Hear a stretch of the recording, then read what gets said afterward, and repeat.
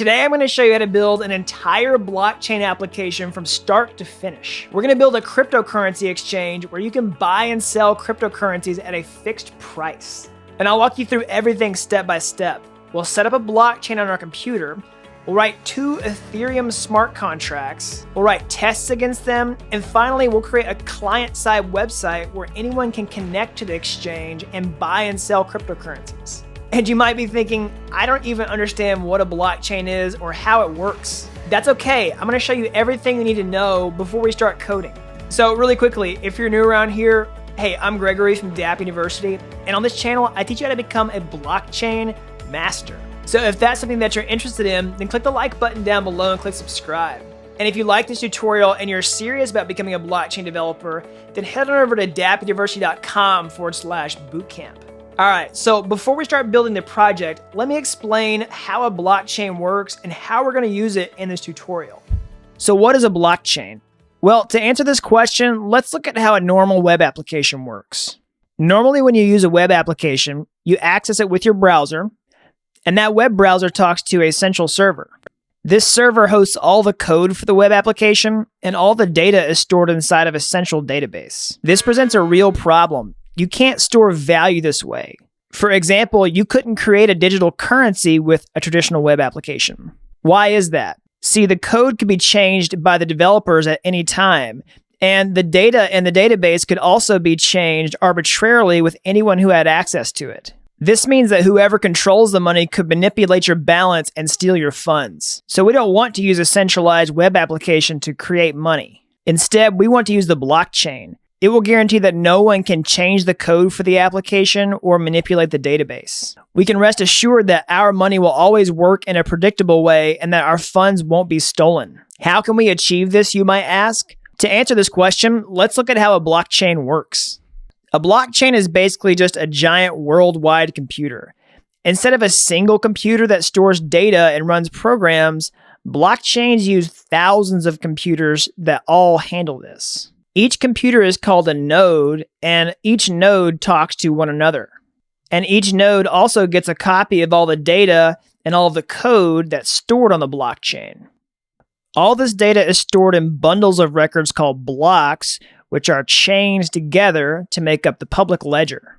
And all the code is stored in smart contracts, which are immutable code that runs on the blockchain. This creates endless possibilities for a new generation of applications, not controlled by anyone, but instead run by themselves on the blockchain. Cryptocurrency is a great example. You can create a cryptocurrency with a blockchain because each node in the network is responsible for processing your transaction and tracking your balance. Whenever you send cryptocurrency, the network achieves consensus that your transaction is valid and that your balance is updated properly on the public ledger. Now let's look at how a basic blockchain application, or a Dapp, works. For this tutorial, we're going to use the Ethereum blockchain. To access the application, you'll use your browser to connect to a front-end website written in HTML, CSS, and JavaScript. And instead of talking to a back-end web server, this website will talk directly to the blockchain. This is where all the code and the data for the application will live. The code is contained in smart contracts, which are written in the Solidity programming language, which looks a lot like JavaScript. These smart contracts are immutable, which means they cannot change. And all the data is stored inside of transaction records on the public ledger, which is also immutable. Anytime we add new data to the blockchain, it will be permanent and publicly verifiable. So that's an overview of what a blockchain is and how it works. Now let's get a preview of the application that we're going to build together in this tutorial and see how it leverages the power of the blockchain.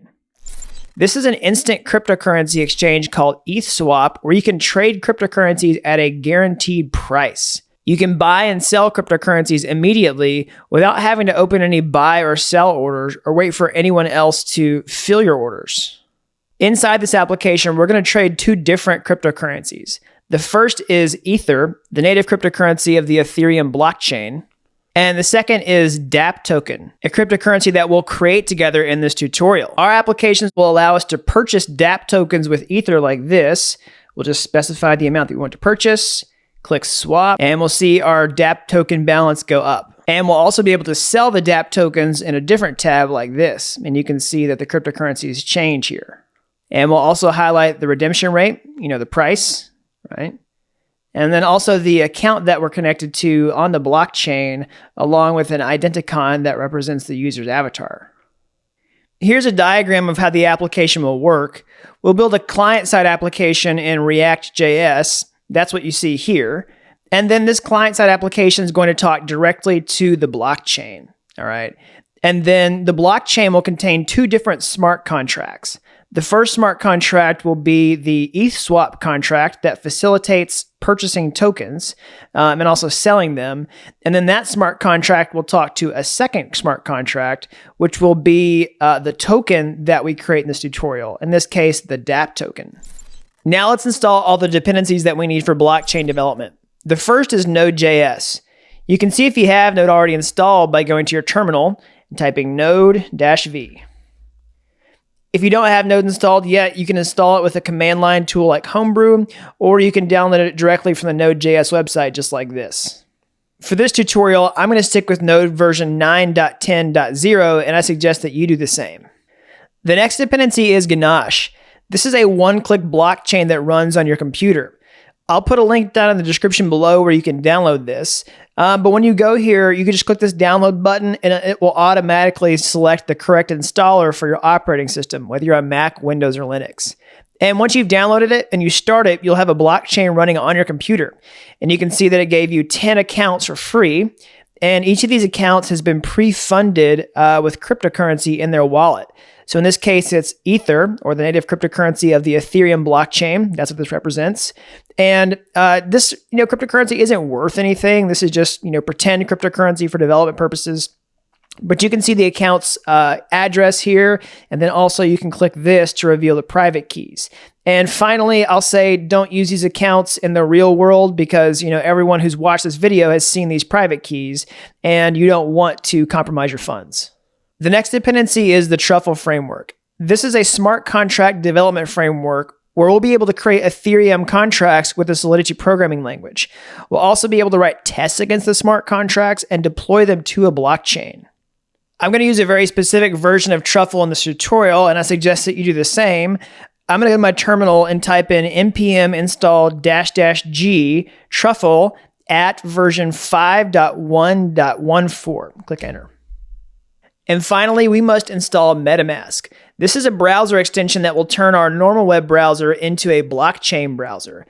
You can go to the Google Chrome Web Store to find Metamask and just click install. I've already done it, so I have the remove button, but if you don't have it yet, you should see the install button. All right, and once you walk through the setup steps, go to your Chrome extensions and make sure that you have Metamask enabled. You can tell that it's enabled by seeing the Fox icon up in the right-hand corner of your browser. Now let's start building the project. Instead of setting everything up manually, we're going to use a template that I've created called the Dapp University Starter Kit. You can find this link down in the description below, but copy this URL and go to your terminal and say git clone and then paste in the URL, all right? And then hit space and create your project name. In this case, I'm going to call it ETH swap. And now I'll enter into that newly created directory like this. I'll say cd ETH swap. And I'll install the project dependencies with npm like this. Say npm install. All right, once that's finished, you should see a success message here. Don't worry if you see a bunch of warnings here. It's not ideal, but they are just warnings for now. You'll know that it completed successfully if you have a message like this, all right? So really quickly, before we move on, I want to install one more dependency that's not included in the project yet. Okay, so if I go back to the application preview, you can see these things right here. These are called identicons, and we want to install a special library that helps us to create those. So we're going to use identicon.js. Let's see if I can find it here. Here it is.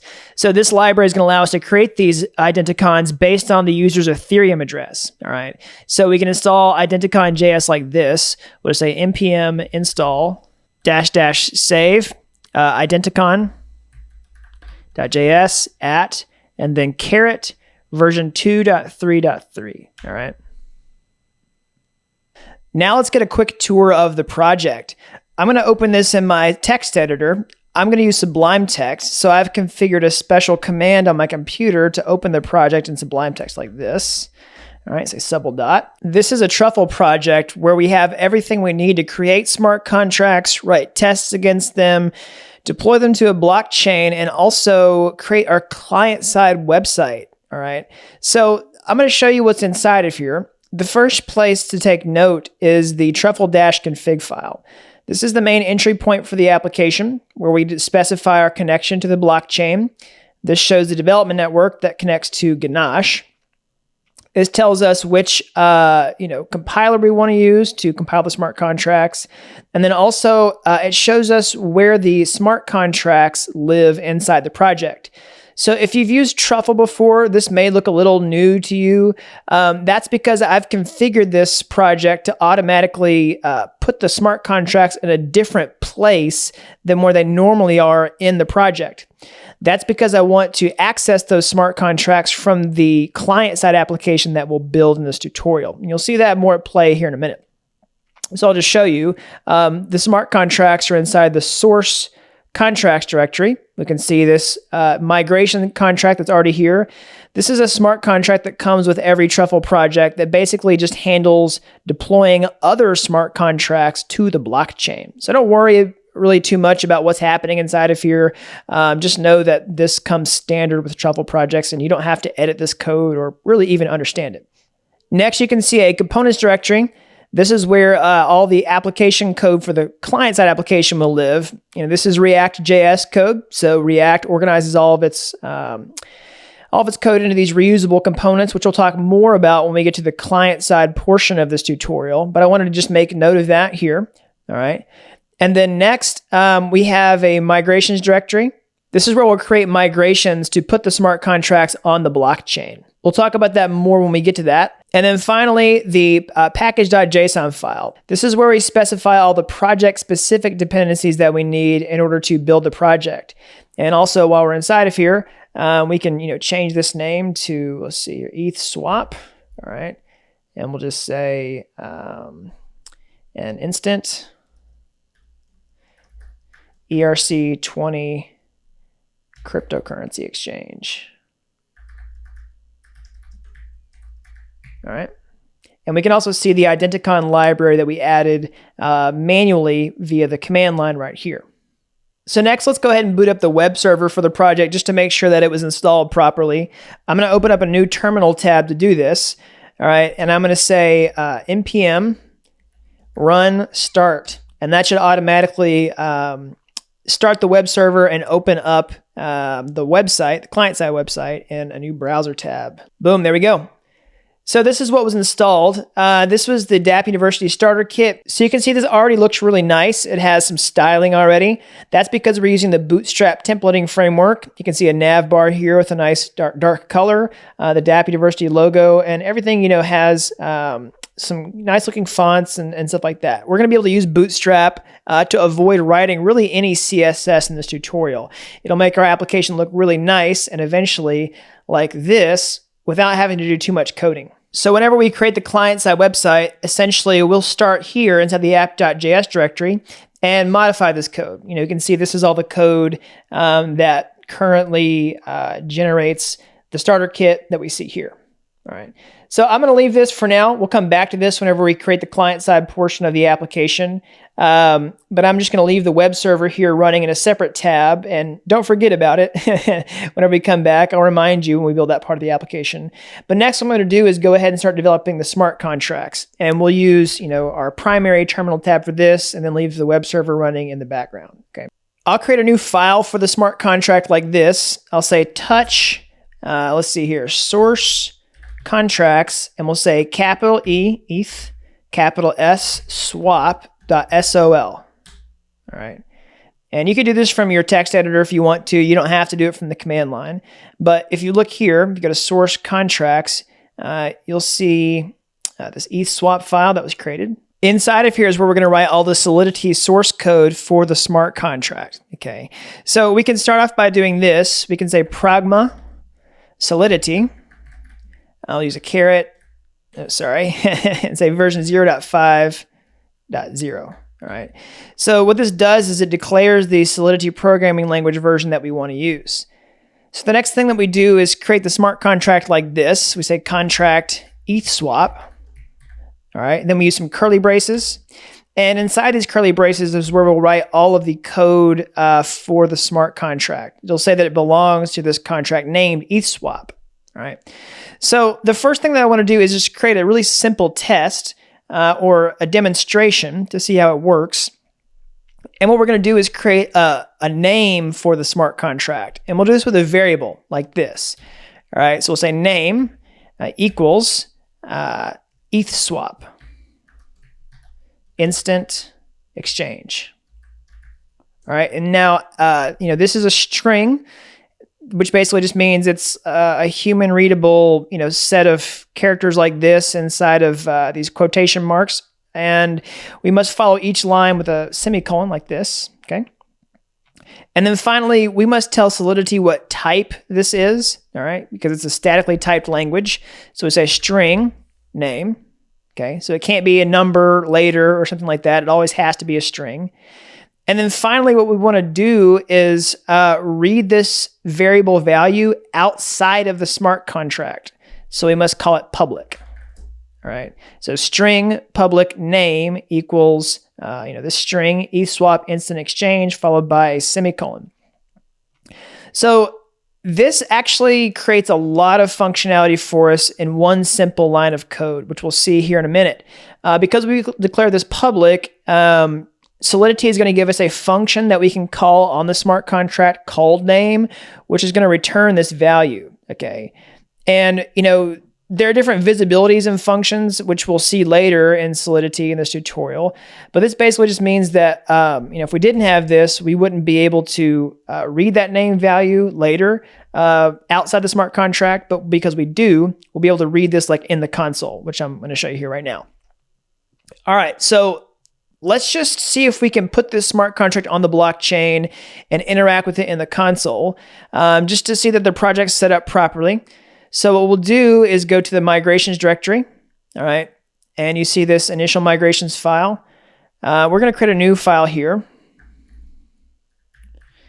And we'll call it all right? We'll call it deploy contracts.js, all right? So let me tell you what these migration files do. Essentially, they just take a contract, a smart contract, and put them on the blockchain. So that's what this code does. And Truffle basically has these things called artifacts, which are, kind of JavaScript versions of the smart contracts with JSON. And, you're able to assign them to variables like this in JavaScript, and Truffle's deployer knows how to put them on the blockchain like this. All right. So essentially, we're just going to follow this pattern and copy and paste this. You don't have to reinvent the wheel here. So I'm just going to do that, put it in the deploy contracts directory, and say ETH swap, all right? So that's just going to it's going to fetch the ETH swap contract we just created and put it on the blockchain. So lastly, I'll say that migration files inside of Truffle are a lot like, migrations that you might have seen in another context if you're a developer already. So maybe you've seen a migration to change a database like with SQL or MongoDB, something like that, where you're essentially creating new tables or something like that, maybe adding columns. It's the same thing in Truffle. So in those contexts, you're migrating the state of a database from one state to another, or you're adding new tables. In this case, you're also changing the blockchain state from one state to another. And also you're technically migrating smart contracts from your development environment to a blockchain. Okay, so that's a few different ways you can think about it. Before we run the migrations, make sure that you have Ganache running. Right. So don't forget, this is your development blockchain. So find wherever you installed it and opened it and make sure that it's running. You might see like a quick start button or something like that. Go ahead and click that. And when you see a page like this with the accounts and their balances, you'll know that Ganache is ready to go and that you're connected to it with the right port 7545, right here inside your Truffle project. Now that that's finished, we can migrate the smart contracts like this and put them on the blockchain. So we just go to the terminal and say Truffle migrate, all right? And there you go. You can see that it first compiled the smart contracts, it started the migration process, The initial migration contract was deployed, and then finally our ETH swap contract was also deployed. Okay. The next thing we want to do is interact with the smart contract in the development console like this. We just open it by saying truffle console. All right, this is going to give us a JavaScript environment where we can, write JavaScript commands that will interact with the blockchain and also interact with the smart contract that we just created. So I'm going to fetch the smart contract like this. All right, we say contract equals await ETH swap dot deployed. All right, and sometimes people get confused because they say undefined here, but we can simply access the contract like this. We just retype the contract variable, contract. All right, boom, there we go.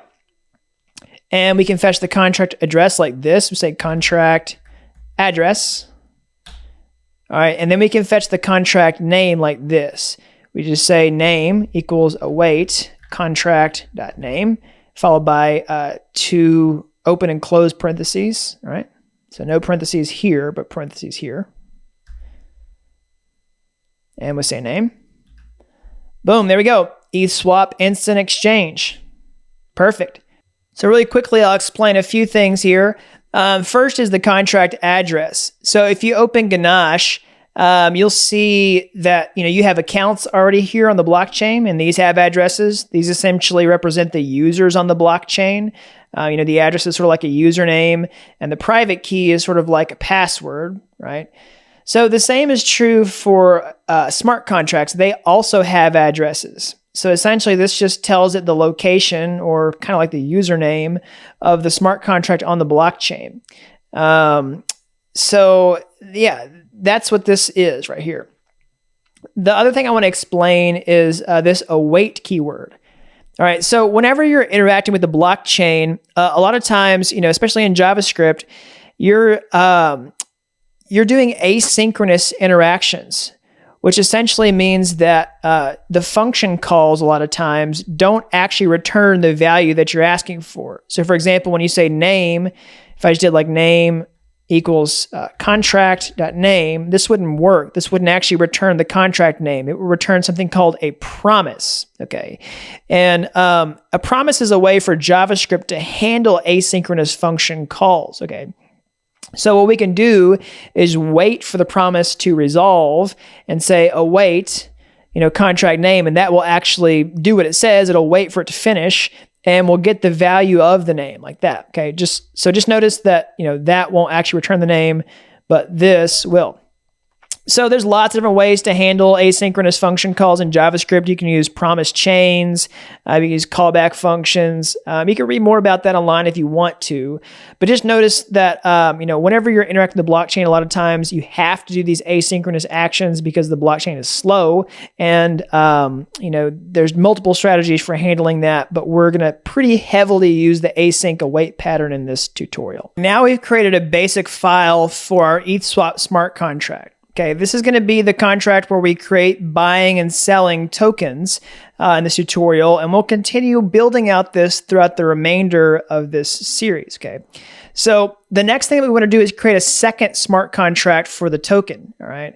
So if you go back and revisit the diagram that I talked about earlier, we have our website that talks to the blockchain, and then the first smart contract is the ETH swap smart contract. That's what we just created here. All right. And the second smart contract is going to be the token that we buy and sell with Ether, right? The native cryptocurrency of the Ethereum blockchain, right? And that's the smart contract that we want to create right now. So I'm going to go ahead and create a new file here. So I'm just going to reveal this here. Contracts, ETH swap, right? We'll create a new file. And here we'll say Dapp token, or we'll say token.sol, capital T OKEN.sol. This will be called Dapp token. I'll show you how to do that here in a minute. But this is going to be the file where we create the second smart contract for the cryptocurrency that we're going to buy and sell. So let me explain how this works. Ethereum allows you to create your own cryptocurrency without creating your own blockchain, which is really powerful. It basically means you can write a smart contract like this to govern a cryptocurrency, all right, with something called an ERC20 token. So you might have heard of that, right? It's pretty popular. If you go to a website like coinmarketcap.com, you can see a list of ERC20 tokens. This is all the cryptocurrencies, but on this list, you'll see, let's see here, tokens like Maker is an ERC20 token. If you look at like 0x, it's an ERC20 token. You can find a complete list of these, but just note that, you can just go to the homepage and see plenty of them there, all right? And if you look at any of these ERC20 tokens, you'll just notice that they all have a lot in common, all right? They all work the same way. And actually, if you go to their smart contracts, you can look at the code, and they all, like I said, they work the same way. Basically, they have like the same functions. They have a transfer function, they have an approve function, all right, a balance of. And that's because Ethereum tokens have to follow a standard, all right, called ERC20. So ERC20 is a standard for Ethereum tokens that just governs how they all work. It specifies a set of functions and behavior that the tokens must implement in order to be supported on, cryptocurrency exchanges, to be held in wallets, to be sent around. It basically just creates, a set of rules that they must abide by so that they're not, constantly trying to reinvent the wheel with how they handle cryptocurrencies, all right? So you could read through the entire ERC20 spec here if you wanted to, but essentially I'm going to call out a few things. Token must have like a name, a symbol, and some decimals, okay? So I'm going to call out a few things here. So for example, the token must have a transfer function. This is what allows it to send tokens. And it also must have, let's see here, an approve function, and also like a balance of function to get the current balance of whoever holds the token, all right? So it also supports things like name, symbol, and decimals, which we'll see here in a minute. So particularly in this tutorial, we're going to focus on the balance of function and also the transfer function. This is going to show us how many Dapp tokens we hold, like this, right? You'll see the balance here. And then also the transfer function, which is going to be used whenever we sell the tokens in the ETH swap contract. So just notice that ERC20 is a standard. Pretty much all ERC20 tokens have to implement these types of functions. And because of this, I don't want to reinvent the wheel and code out a basic ERC20 token step by step, right? So we're going to use this ERC20 token here. I'll put a link down to this. Sorry, I'll put a link for this down in the description below. And we're just going to copy and paste this code for the ERC20 token inside of our project. All right. So if you want to learn to build this ERC20 token step by step, you can check out my full length tutorial, Code Your Own Cryptocurrency on Ethereum. Okay. And this will show you how to build it step by step. All right. This is like an 8-hour tutorial series, but I don't want to reinvent that. You can follow that tutorial if you want to. And for the sake of, getting started in this, we're just going to copy and paste this and put it in our project. Okay. So don't worry, we're going to get plenty of practice coding Solidity smart contracts when we build the ETH swap exchange, but I want to use this to save some time, right? So we'll go to our project and go to token.sol and paste this in here. All right. And you can see all of the features of ERC20 tokens here, like, the transfer function, you have balance of here. All right. And also the approve function. All right. And again, you don't have to know how all this code works. Basically, just know this transfer function is what sends tokens from someone to another person. The balance of function tells you how many tokens you have. And then also the approve function, lets somebody else, spend your tokens. So we'll see these in action. And, if you want to learn more about how this works, go follow that other tutorial. All right. Now let's finalize our setup and put this token on the blockchain too. So let's go back to the deploy contracts file inside of our migrations directory. And what we're going to do is put the token on the blockchain as well. So I'm just going to copy this and paste it. All right. And we'll change this to token. All right, I'll put it first. And then just like this, we'll say a token as well. All right. And then I'm going to say deploy token. All right, and then deploy ETH swap. Okay, so now let's put this on the blockchain as well. So I'm going to exit the truffle console like this, say exit with a dot in front of it. All right, and I'm going to say truffle migrate. And then whenever I do this, I'm going to go -- reset. All right, so why is that? Well, smart contract code is immutable, all right? It cannot change. That's the whole point. Whenever you write the smart contract code and you put it on the blockchain, you can't update it like you would a normal application. So the only thing you can really do is deploy a new copy of it to the blockchain. And that's exactly what this reset operation does. So if I say truffle migrate -- reset, hit enter, it's going to put a new copy of the ETH swap exchange on the Ganache blockchain, and it's also going to put the token, all right? So you can see that here, all right? So you see your token and then ETH swap. So now I'm going to enter the truffle console. Sorry, truffle console, and we'll say token equals await token.deployed. Oh, sorry. Capital T. Token. And then I can say balance equals await token.balance of. And then I'm going to pass in the first account inside Ganache here. Copy paste this. And balance. All right, and say balance to string. All right, boom, there we go. So what we can see here is that the first account inside Ganache has all of the tokens, all right? And I'll show you why that is. So inside of the token file, you can see this constructor function. This is a function that gets run whenever the contract is put on the blockchain. And basically what we do is we take all the tokens and we assign them to the user that deployed the smart contract, okay? And in this case, that's the first account inside of Ganache. So you'll understand this more when we start explaining how smart contracts work when we code the other one out, all right? Don't worry if this is confusing yet, but essentially know that we took 1 million tokens, that's how many this is, and we assigned them to this account whenever we deployed the smart contract to the blockchain, okay? So that's, what we illustrated here. But that's actually not right, okay? We don't necessarily want the user to have all the tokens. We want the ETH swap exchange to have all the tokens because we're going to buy them. And we want the ETH swap contract to possess them so that we can buy them from that actual smart contract, okay? So what we want to do is transfer all the tokens from this account to the ETH swap exchange. And we can do that inside our migration file like this, okay?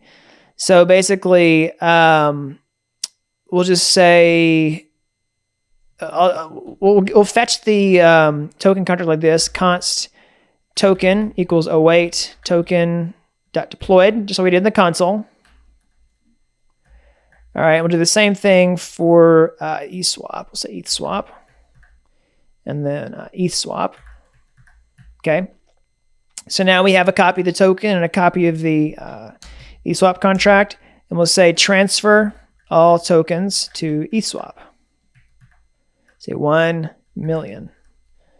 And we'll do await token transfer ETH swap address. And then we'll say, we'll just go to the token, copy the total supply, put it here. And we'll say, yeah, there we go. That's all we need to do. So if you look at the transfer function, it just takes 2 arguments, the address that you're sending it to. In this case, it's going to be the ETH swap smart contract, and then the value, which is the total number of tokens that you want to send. In this case, we just pasted in the total supply, which means we want to transfer all the tokens to the ETH swap smart contract, okay? And just note that inside of this Truffle project, the account that's performing all these actions is assumed to be the deployer or the first account inside Ganache like this, okay? So you can also see that the Ether balance has gone down inside this account. That's because the deployer has paid the gas fees to put the smart contract on the network, okay? So that basically means that anytime you do something on the Ethereum network, you create a new transaction, you must pay for it with gas, and that gas has been debited from this first account here, okay? So now we can open the Truffle console again. Actually, sorry, let's migrate it. Say Truffle migrate -- reset. This will put new smart contracts on the blockchain. Okay, Let's make our changes. Oh, looks like we had a problem here. Let's see here. Await is only valid inside of an async function. All right. So let's change that. We have to put the async keyword here. Async. Basically, you can't use the await keyword unless you're inside of an asynchronous function call. All right.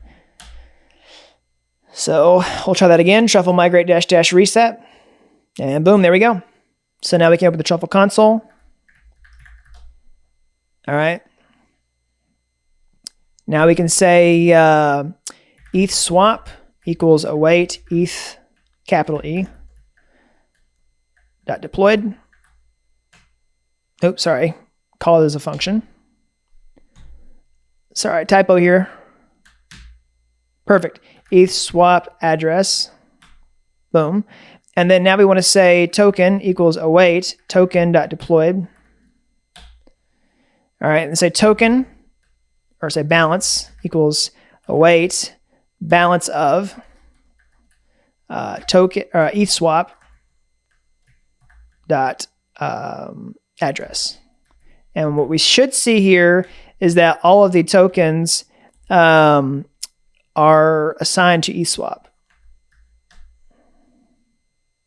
Okay. All right. Moment of truth. Balance. ToString. Oh. All right. So it didn't work. All right. So I see why. This was my fault. So what we have to do, if we're going to do these in order, is say await. I forgot about this. Sorry, everybody. All right. So await deployer.deploy token. Await token. All right. So let's try that again. Say exit. And then truffle migrate -- reset. And actually, I kind of like when I run into these errors on screen because it shows you that, you know, even if I've done this a million times, I'm not perfect. And then also it helps you debug problems that you're probably going to run into whenever you build your own blockchain applications. All right. So let's try that again. Truffle console. And we'll say eth swap equals await. Actually, we can just copy and paste this. Let's just do this. Make it faster.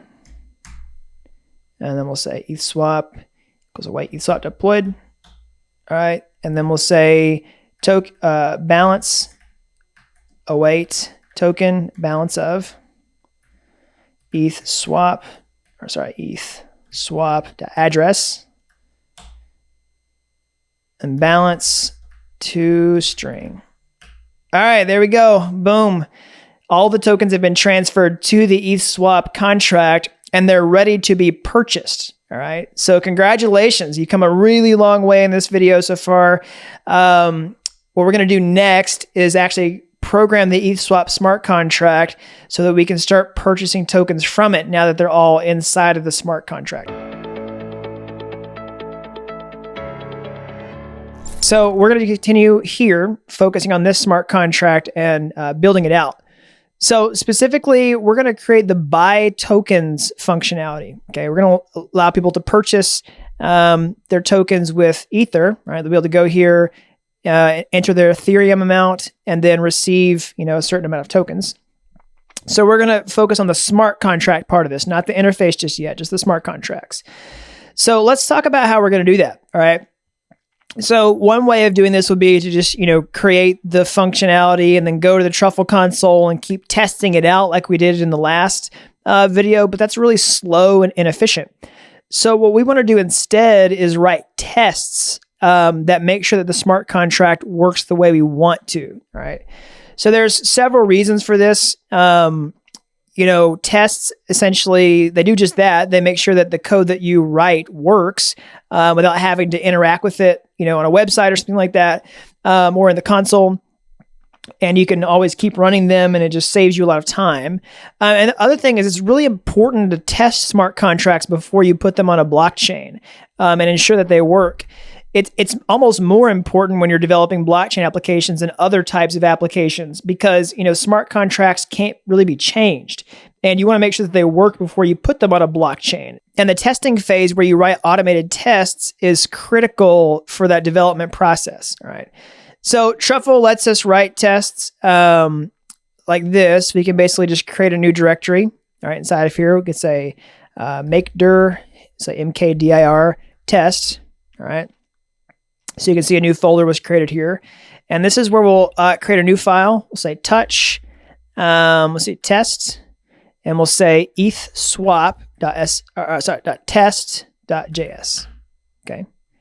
And then you'll see that a new file was created here. All right.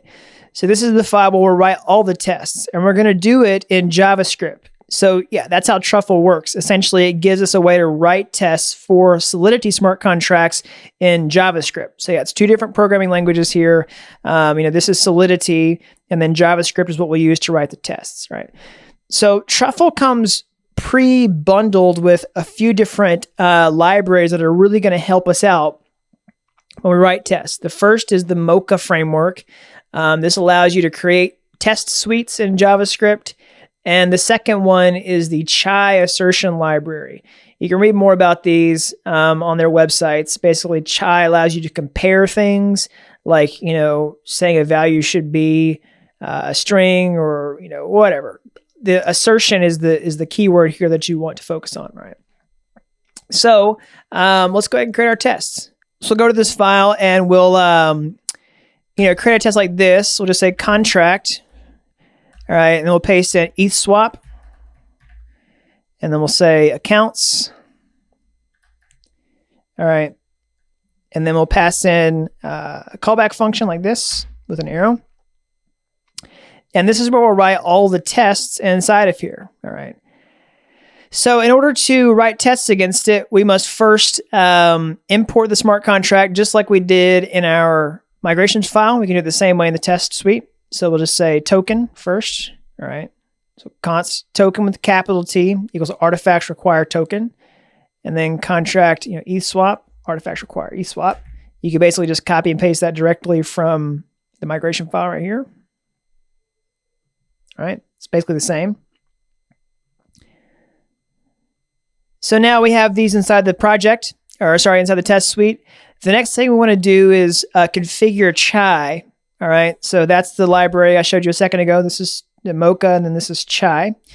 So we'll configure the Chai assertion library like this. You can just pull this from the master project on GitHub, or you can code this out yourself. So we say require Chai, and we say use.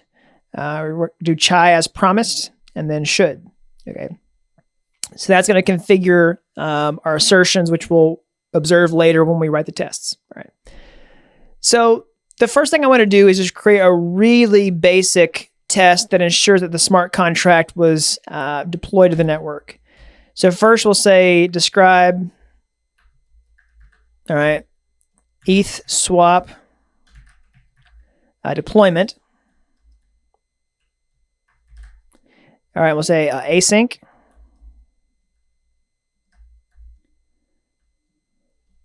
And inside of here, we'll create our first test like this. We'll say it contract has a name. And I know that doesn't really read quite like English, but it works for now. All right, then we say const name equals await ETH swap dot name. All right, in order to do that, we have to fetch it, just like we did in the console. So this code should look a lot like what we did in the console. This is essentially running that operation over and over and over again really easily inside the test. That's why it's called an automated test. So we'll say ETH swap equals await ETH swap dot new. So not deployed, but new. All right, and then finally we'll say assert equal. I'll say name. We'll say ETH swap instant exchange. All right, so remember, this is what we observed in the console in the last video, and essentially we're just checking for that inside the test. So we can go to our terminal and run the test like this. We say truffle test. All right, just make sure you have Ganache running like this. Oops, sorry. Like that, right? Okay, so we got a problem here. It says ETH swap is not defined. So what we need to do is say let ETH swap. Sorry about that. Try it like this. And boom, there we go. Our first test passed. So that's how easy it is to get started testing smart contracts. We just fetched the smart contract and performed the operation that we did in the console in the last video, like imagine how long it would take you to open up the console and do that every single time. You could do this command and it does it automatically for you. And what we're going to do in this tutorial series is, create several more tests that would take us a really long time to check for in the console, or maybe with the front-end application or something like that. So this saves a lot of time and gives you a lot of efficiency. And that's one really amazing thing about testing smart contracts. So a lot of people do test-driven development, and that's a really good practice. I think it's kind of challenging a lot of times for beginners. So we're not exactly going to be TDD, so to speak, in this video, but we are going to write tests. We're going to have test coverage for the basic functionality of the contract itself, okay? So now what we can do is write tests for the token as well. All right, so just like we described the ETH swap deployment, before that, I'm going to say describe token deployment. All right, and we'll say contract has a name, and instead of ETH swap, we'll just say token. All right, change both of these, and we'll say token. All right, and in this case, it won't be ETH swap, it'll be Dapp token. And then we'll run the test like this. All right, we'll say truffle test, and hopefully it'll pass. All right, there we go. So the contract name is correct as well. So the next thing I want to do is make sure that the contract has tokens. All right. So remember we did that in the last video, basically in the initial migration, this migration, sorry. Number 2, we transfer the tokens to the exchange, to ETHSwap itself, right? And we checked on the console the token balance for ETHSwap, right? So we want to write a test that makes sure that that's also correct. So we can do that like this. We can say contract has tokens. Okay, and we'll say async. All right, just like we did before. And inside of here, let's just copy and paste this. All right, this. And then we'll also say token new. All right, so ETHSwap new. For that, we'll say token new. All right. And let's see here. So essentially what we want to do is transfer the balance, just like we did here in the migration. Actually, just going to copy this. All right. And do this. All right. And then say assert equal. Say balance. Or actually, sorry. Before we do that, let's check the balance. Say let balance equals await token balance of. All right, then pass in ETHSwap address. All right, then say assert equal balance to string. And then what we want to do is, just copy this value and put it here. Oops, sorry, wrong place. Perfect. All right, so let's run that test and see if that works. Hopefully everything was coded properly. We're about to find out. Awesome, perfect. So the contract has tokens. Okay, so that's a really good basic test to start off with. Everything is deployed properly. Everything that we created in the last video is covered in the test suite. So before we continue, let's do a little refactoring. All right. The first thing is some duplication. So essentially, we're doing this twice. Token equals token.new. We're doing that here, and we're doing that here. But what we want to do is have access to the token in every test without having to write this code over and over and over again. And we also want to perform this operation where we transfer the tokens, once, so that we, the rest of the tests work like that. And then also the same for, fetching the ETHSwap contract. So what we can do is create something called a before hook like this. So we say before, we say async, pass in a function. All right. And we can just put all the code that would be here inside of here. All right. And say ETHSwap. And we can say, just like this, transfer all tokens. to ETH swap.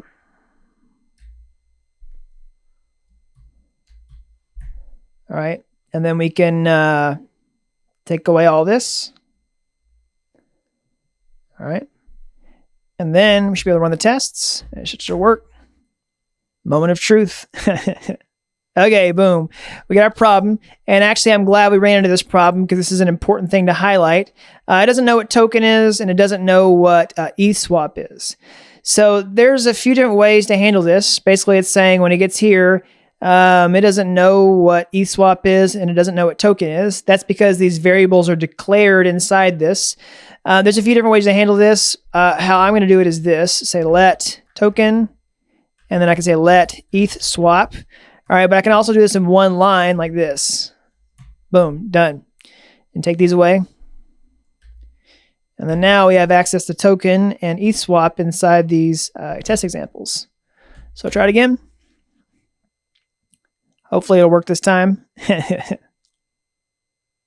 Awesome. Boom, it passes. All right, so the last thing I want to do is refactor this number. This looks kind of funny. Right? So I'll explain how this works. You know, this might look confusing because this says this is 1,000,000 tokens, right? That's how many tokens exist. But this number looks like a lot bigger than 1,000,000. So let me explain why. This token has 18 decimal places behind the zero. Okay, so I'll show you what that means. If you go to source, contracts, token.sol, we see decimals is 18. All right. So what does that mean? Well, basically, like when you're talking about currency, let's take the US dollar, for example. You know, $1 is often expressed like this, right? 1 with a period or a decimal place, and then 2 zeros after it, because, you know, a dollar has smaller subdivisions called cents, right? And 100 cents equals $1. So, you know, you can have fractional dollars like this. $1.99 is almost $2, but it's 99 cents. So whenever you're dealing with cryptocurrency and, you know, Ethereum smart contracts, you don't really deal with decimals, right? You basically have to express things as, you know, integers. So you can't use decimal places. So if you were going to write $1 as inside of an Ethereum contract, you'd have to write 100 cents like this. All right. This is how you would express $1 inside of an Ethereum smart contract. But for Ether, you know, the native cryptocurrency on the Ethereum blockchain, and many tokens as well, they use 18 decimal places behind the zero. So, you know, one Ethereum or one Ether might look like this. And then do 1, 2, 3, 4, 5, 6, 7, 8, 9, 10, 11, 12, 13, 14, 15, 16, 17, 18, right? 18 decimal places. Well, that's what it looks like, all right? And you can't use decimals, so you have to take away the decimal place and do everything in cents, so to speak. C-E-N-T cents, right? Like cents, right? But in Ether, you don't call it cents, you call it Wei, right? That's the smallest Ethereum value is called Wei. So this is like what one Ethereum looks like in Wei value. So similarly, a lot of ERC20 tokens use 18 decimal places just like Ether does. So we can use the same standard for our Dapp token that were created in this tutorial. So it's going to have 18 decimal places behind it. So that's what one Dapp token would look like here. Now, if you want to talk about 1,000,000 Dapp tokens, you put, you know, 3 more zeros.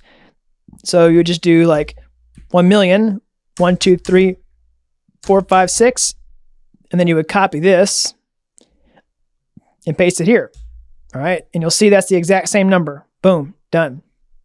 So that's what 1,000,000 tokens looks like expressed in its smallest subdivision like this. All right. So that's really important to understand because we're going to use helpers in this tutorial series for Ethereum.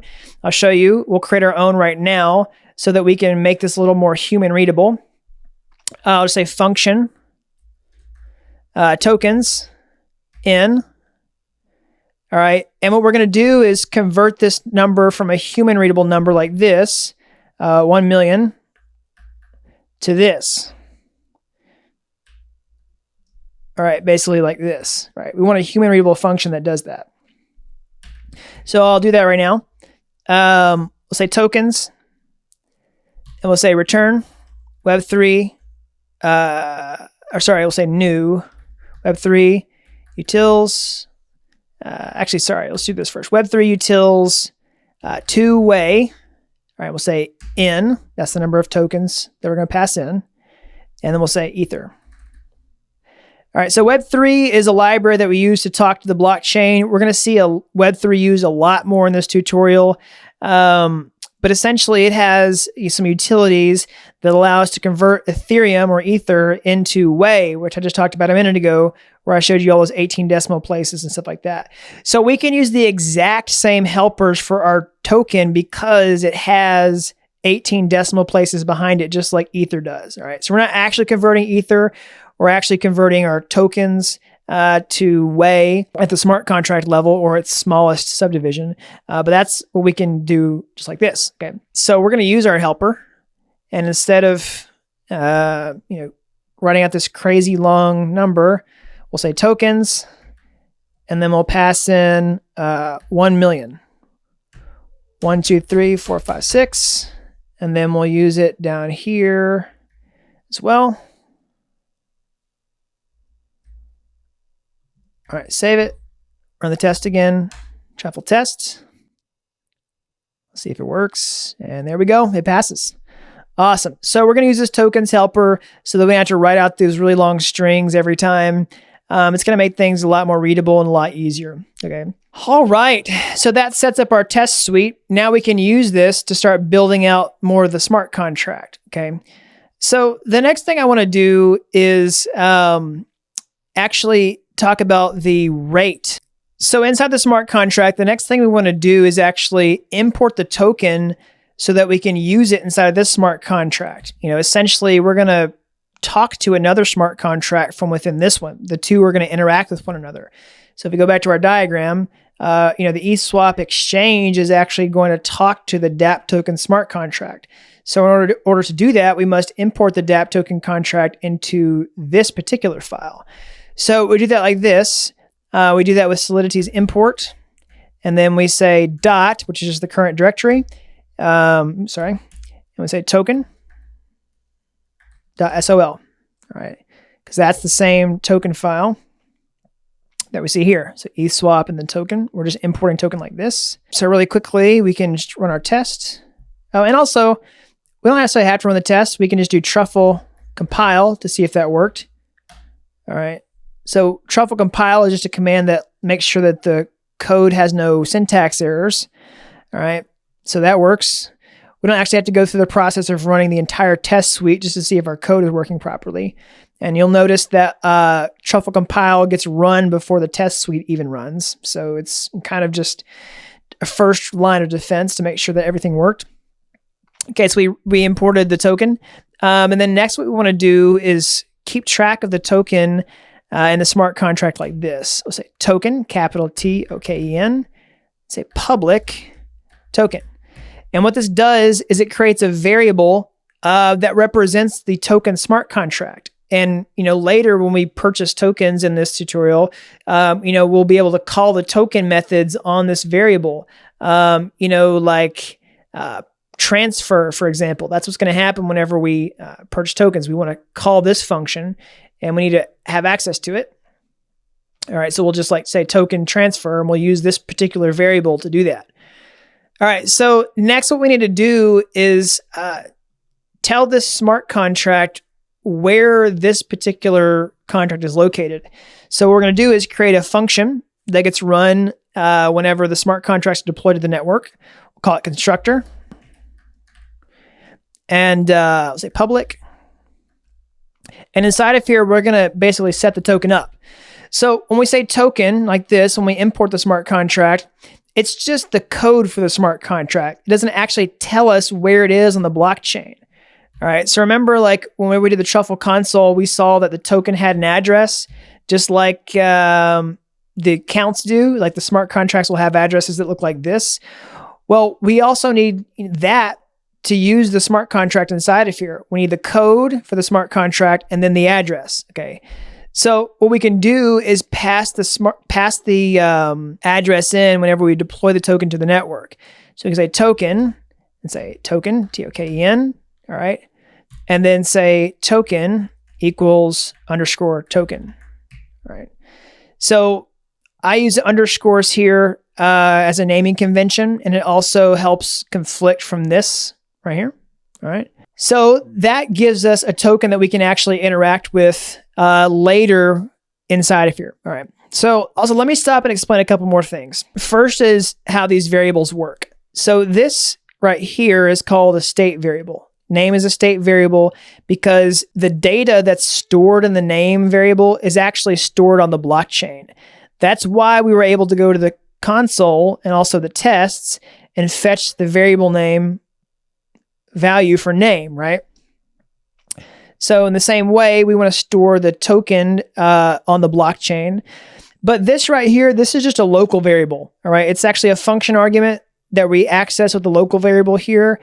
And this doesn't get stored to the blockchain unless we do this, all right? So that's why we assign token right here, okay? So this is just a variable that we could do other stuff with in our function. We'll see that more later, but this actually writes to the blockchain because it stores it to the state variable, okay? So we'll see other properties of state variables, like for example, they can be accessed in other functions where this variable right here can only be accessed inside of this particular function, right? And again, this constructor function, this is a special function with the constructor keyword inside Solidity that gets run once and only once whenever this contract gets deployed to the blockchain. We can't like call this function, for example, inside the test, all right? Because we added an argument here, we have to do a couple things, all right? First, we have to update the migrations whenever we deploy the token to the blockchain. So if we go to initial migrations, or sorry, deploy contracts, we have to tell the token address, all right? That's why we did this first. So what we do is pass in the argument for this constructor function right here, token with token address, like this. Say token.address, all right? So let's try to migrate the contracts again. Truffle migrate -- reset. Remember, we need to deploy a new copy to the blockchain. All right, it worked. So the next thing we need to do is go to the test, and we want to pass in the token address there as well. All right, so essentially what we do is just modify what we have already. All right, we just go here.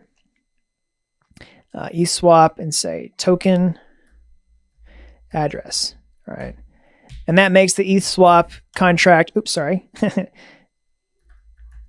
Test. That makes the ETH-swap contract aware of the token inside the test as well. It provides the necessary constructor argument that we need to move forward. Okay, so let's keep building this out. Make sure the test pass first. Yep, all good. The next thing we want to do is go ahead and create a way to buy the tokens. So we'll create a new function inside the smart contract like this. We'll just call it buy tokens. We'll say function. All right. We'll give it a name. Say buy tokens. And we'll do these parentheses like this. And this is where we're going to write all the code to purchase the tokens. So inside of here, what we want to do is essentially just transfer tokens from the ETH-swap contract to the person who's buying them, all right?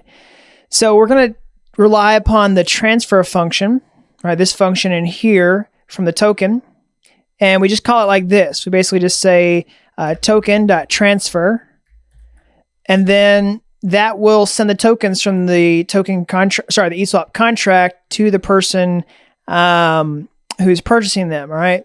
Whoever's calling this function. But we need to pass in a few arguments. We need to tell it who it's going to, and then also the value, okay? So how do we determine that? Well, the recipient is going to be the person who calls this function, all right? And inside of Solidity, we can find out who that is like this. We say msg.sender. So let me explain that. MSG, or message, is a global variable inside of Solidity, and sender is the value of the address that's calling this function. So, for example, something like this, okay? So that's the first argument, who the tokens are going to. And then next, we want to determine the value. So you could say one token followed by, 18 decimal places, yada, yada, yada. But we actually want to calculate this value out, all right? So how do we do that? Well, we know that we're sending in Ethereum or Ether, the cryptocurrency on the Ethereum blockchain, in order to purchase tokens. If we go back to our finished application, that's what we do. We buy the tokens here with Ether, right?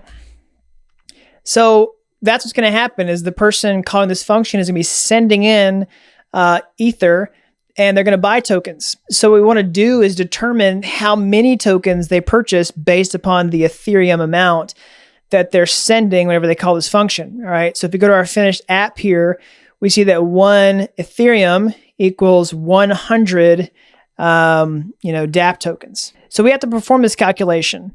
All right. So what we're going to do is just create a variable here. It's called token amount. All right. We'll make a calculation. So the token amount is going to look like this. We can just say uint. So this is going to stand for an integer, an unsigned integer. So token amount. All right, it's going to equal, something. So what's it going to equal? Well, basically what we want to do is say, amount of Ethereum, multiplied by the redemption rate. Okay, so, all right, so the redemption rate equals, number of tokens they receive for 1 Ether. All right, in this case, that's going to be 100, right? So if you go back here, you say 1 ETH equals 100 Dapp. So what we're going to do is create a state variable inside of here called rate. Say uint public rate, all right? And we're actually going to just assign the value right here in line, call it 100. All right. So I'll pause really quickly and also say this uint stands for unsigned integer, okay? Which basically means, 100 is an integer. It can't have decimal places. And unsigned means that it can't be negative, all right? It means it can't have a sign in front of it like this, okay? Okay, so same for this. Uint token amount has to be a positive integer, all right? So here's the redemption rate. The number of tokens they receive for 1 Ether, that's going to be the rate. All right, and then what we're going to do is find the amount of Ethereum and multiply it by the redemption rate. So how do we find the amount of Ethereum or Ether? Just like msg.sender, we can do it like this, msg.value. All right, so what that does is it is another global variable that tells us how much Ether was sent whenever this function was called. All right, so it's a special reserved keyword inside of Solidity, but this is going to tell us how much Ether was sent whenever the function was called. So we can just take that value and just multiply it by the rate. All right, so it's pretty straightforward once you understand the basic concepts. Okay, so now we can say, calculate the number of tokens to buy. And we take this out, take this out, take this out. So quick recap, we're just calculating the token amount. We're taking the Ethereum amount, multiplying it by the rate, the number of tokens when they contribute 1 Ether. And then we call the tokens transfer function. We say msg.sender, that's who we're sending it to, the person who's calling it. And then we're passing in the token amount, which we calculated here, right? So we see that 2 in value, and that's 2 in value. All right, so the last thing we need to do to this function before we can try it out is make it public so that it can be called outside the smart contract. And then the next thing we need to do is make it payable. All right, and that's going to allow us to send Ethereum whenever we call this function, right? So if we didn't have this, we wouldn't be able to send Ether whenever we do it, okay? So there's going to be a little bit more to this, but that's the basic functionality for now, and we can write a test against it. So let's just try to compile the smart contract first, truffle, compile, see if this works. And if it does, we'll continue on with the test. All right, that worked. So let's write the basic test for that functionality. And we'll say describe, so we'll minimize this. and say describe. I'm going to give myself some space here.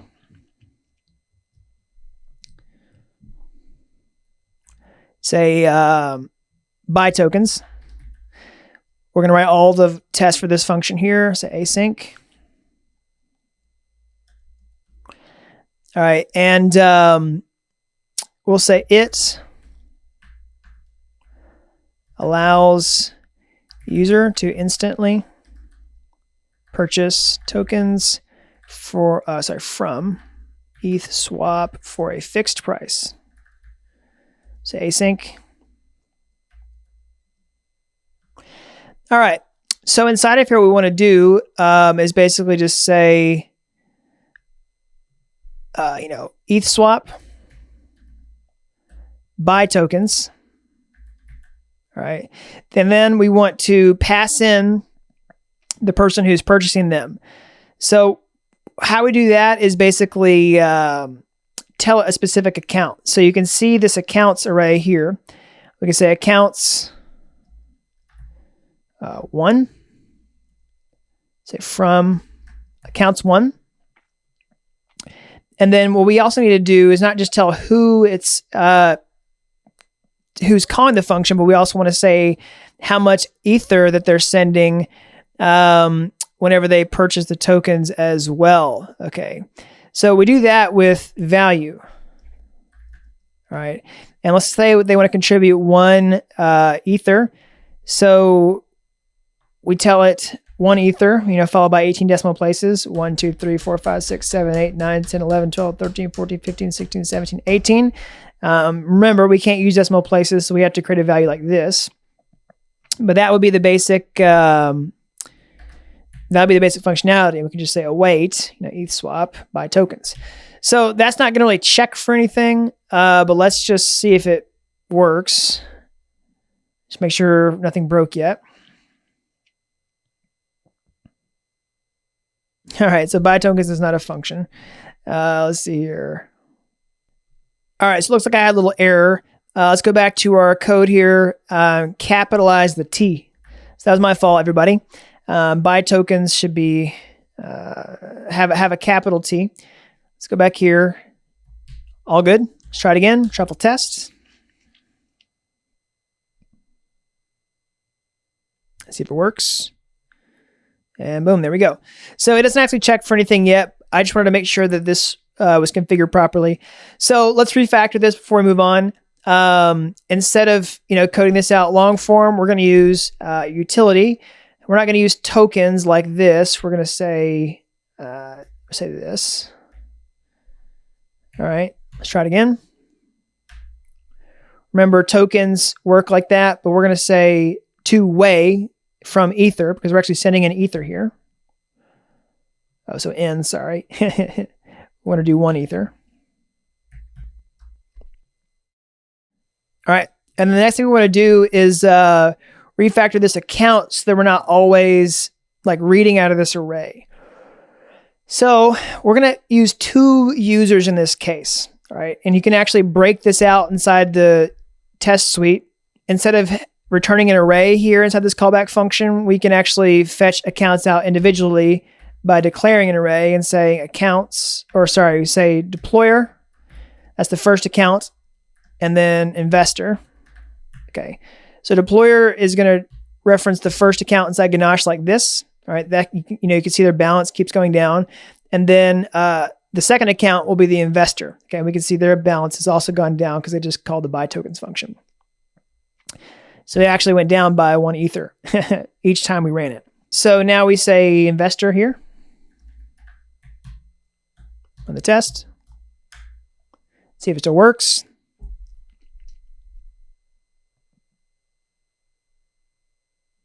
Boom, there we go. All right, so the next thing is to explain, from and value. So this from here is going to correspond to msg.sender, all right? We specify the address. And then the value here is going to represent, let's see here, where'd it go? The msg.value. Okay, so this corresponds to from, and this corresponds to value. Just like this. I'm going to take this away.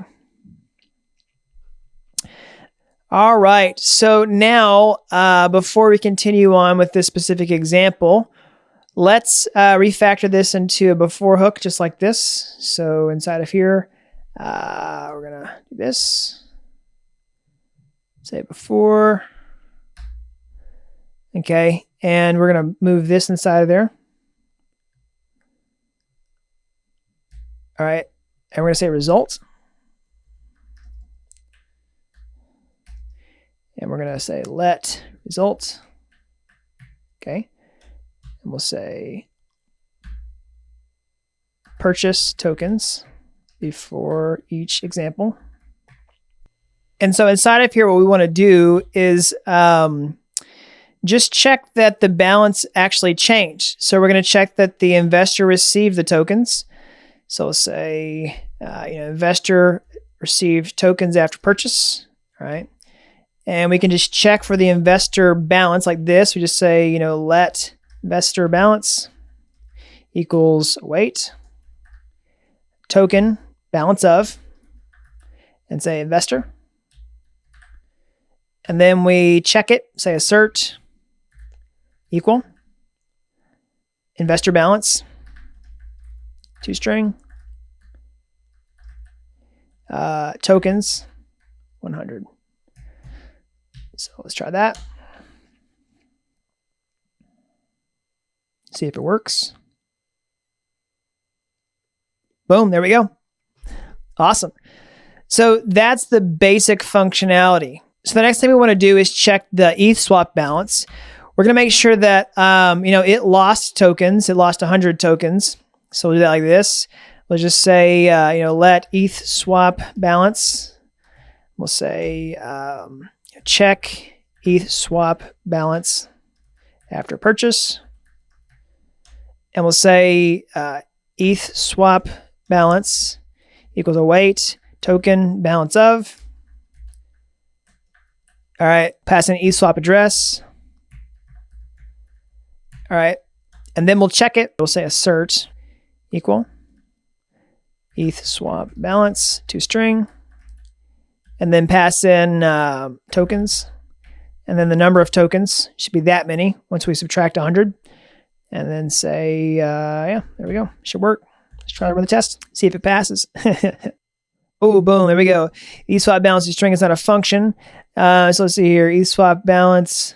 Okay, I see the problem here. I just missed an N. All right, save that, try it again.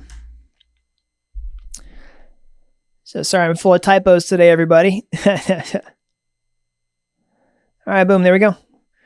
So the next thing we want to do is check that the Ether balance went up. So we can do that like this. We can say ETH swap balance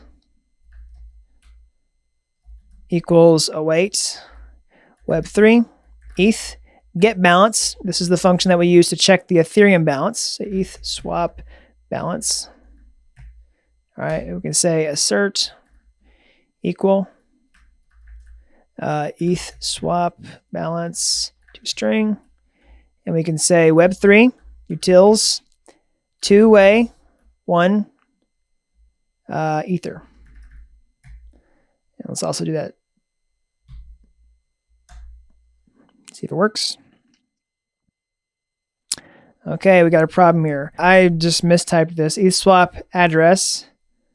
Sorry, everybody. Let's try it again. Hopefully this will fix it. See if it passes. All right, there we go. Works. So we can see that the token balance went down and the ETH swap exchange received 1 Ether. All right, so the Ether left the user's account, the investor's account, and went to ETH swap, and the investor got tokens. All right, and then the token balance for the ETH swap exchange went down, just like we expect. Right, in our finished application, the investor goes here, and basically they just put in 1 Ether, and they got 100 tokens. They click swap. The exchange, or ETH swap in this case, gets 1 Ether, and they dispense 100 tokens, and the token balance goes down. While we're here, I want to do one more thing. I want to teach you about events inside of Solidity. Ethereum allows you to emit events from your smart contracts. Essentially, they're a way of subscribing to events on the blockchain and finding out that something happened. So in this case, what we want to do is trigger an event that tokens were purchased, all right? So we'll say emit an event. So basically, we want people to subscribe to this and say, oh, a token was purchased, and it's going to allow them to do lots of different things. We'll be able to inspect the value of how many tokens are purchased and things like that. It'll show you in the test, okay? So we do it like this. First, we need to define an event. It's pretty easy. We can just do it at the top of our file like this. We say event token purchased. All right. I'm going to add a semicolon like that. And we can add some arguments to the event. We can say address, count. That's going to be who is calling the function, who purchased the tokens, address, token of the token that was purchased. We'll say uint amount, the amount of tokens that were purchased, and then uint rate, the redemption rate that they purchased the tokens with. So basically someone, if they had all this information, could, make like a transaction history or something like that and determine the exact amount that was purchased and all that kind of stuff and how much ether they sent. So that's why you would do something like that. So it's really easy to emit the event inside of the function. We just say emit token purchased. All right. And so the account is going to be msg.sender. All right, just like we did here. And then the address is going to be the token, all right, for the token right here. But we must convert this to an address like this. Okay. And then the next thing is going to be the amount. It's just token amount. Just copy this and paste it here. And then finally, the rate is going to be the rate they purchased it with here. All right, and then we'll just do a semicolon at the end of the line. So let's just run the test again, make sure that it didn't break anything. All right, should work just fine. All right, it passed. Perfect. So now what we want to do is actually inspect this event inside the test to make sure that it returned the arguments we expect. So what we can do is go back here and inspect the event like this. I'm just going to log it to the console first so that you see how we find it. Essentially, we're going to use this result that was returned after we called the function. And we'll just say const event. We'll just say this, console log. And we'll say result dot logs. All right. This is the logs that come back from the function call. We'll run the test again to see what that is. It'll just show it here on the screen when the tests finish. We'll be able to see what that looks like since we did a console log. All right, boom, there you go. So this is what the log looks like. So it's got a bunch of different properties here. It's got like the ID, the address, all that kind of stuff. But if you look at the args and then the result, you can see these values: account, token, amount, and rate, which we defined inside the event. So the event gives us, some history of the data that was sent in with the function. And that's one of the reasons we do this. All right. So we can write a test to make sure these values are right. We just dig into this object by saying, result logs. We'll get the first one. So say 0 and then .args. All right. So let's run the test again, see what those are.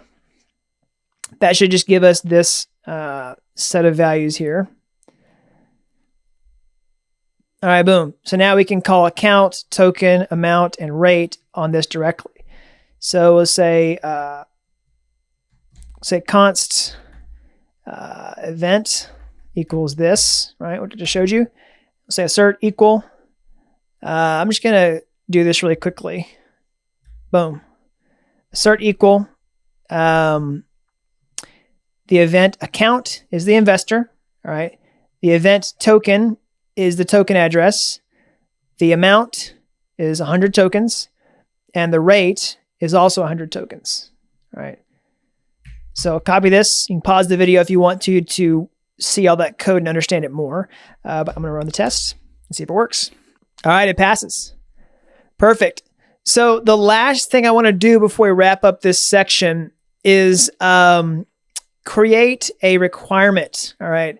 So essentially what we want to do is require that this exchange actually has enough tokens. So if someone like tries to purchase it, like then if someone tries to purchase more than the exchange has, then it'll fail. All right. So basically we're going to say require token balance of. All right. Say address this. So it's greater than or equal to token amount. All right. So essentially that means if somebody tries to buy more tokens than the exchange has, then this will fail. So I'll break that down. Require is just a statement inside of Solidity that will say, hey, if whatever you pass into here, if it evaluates to true, keep executing the function. If it evaluates to false, stop executing the function and don't do anything else, okay? And throw an error, okay? So we can check the balance of ETH swap inside this function by saying token balance of, right? That fetches the balance. And then this references the address of the smart contract. So this is actually ETH swap's address, okay? And we convert it to an address type like this, all right? So basically we just say, make sure that balance is greater than or equal to the amount of tokens that are getting purchased right here. All right, so we'll make some notes about that. So we'll just say require ETH swap has enough tokens. And then we'll also make a note here that this transfers tokens to the user. All right. So I'm going to save that, run the test again, see if it passes. And hopefully nothing changed and the test will still work. All right, there we go. So, we could write a test for this, but I'm going to skip it for now and I'll explain why. Basically, I would have to have 1 million Ether or close to 1 million Ether in order to, I guess I had to have 100,000 or 10,000, something like that, right? A lot of Ether in order to purchase all the tokens in ETH swap or more. But I don't want to really simulate a test scenario where that's possible. I'm just going to trust that this works for now. We're going to test out other requirement statements in the next video. So you're going to get plenty of practice on that. But for now, I'm just going to leave this as is, the test pass, and we're going to stop there for now. Okay, so let's continue on. We worked on this ETH swap contract and we created the buy tokens function. So if you look here, this is the buy tokens function we created last time. Now we're going to create a sell tokens function. So we'll do that just like this. We'll go ahead and give ourselves some space here. All right, we'll say function. We'll say sell tokens, just like we did with the buy tokens function. And I'm going to even go up farther on the screen. Okay, so what needs to happen inside this function?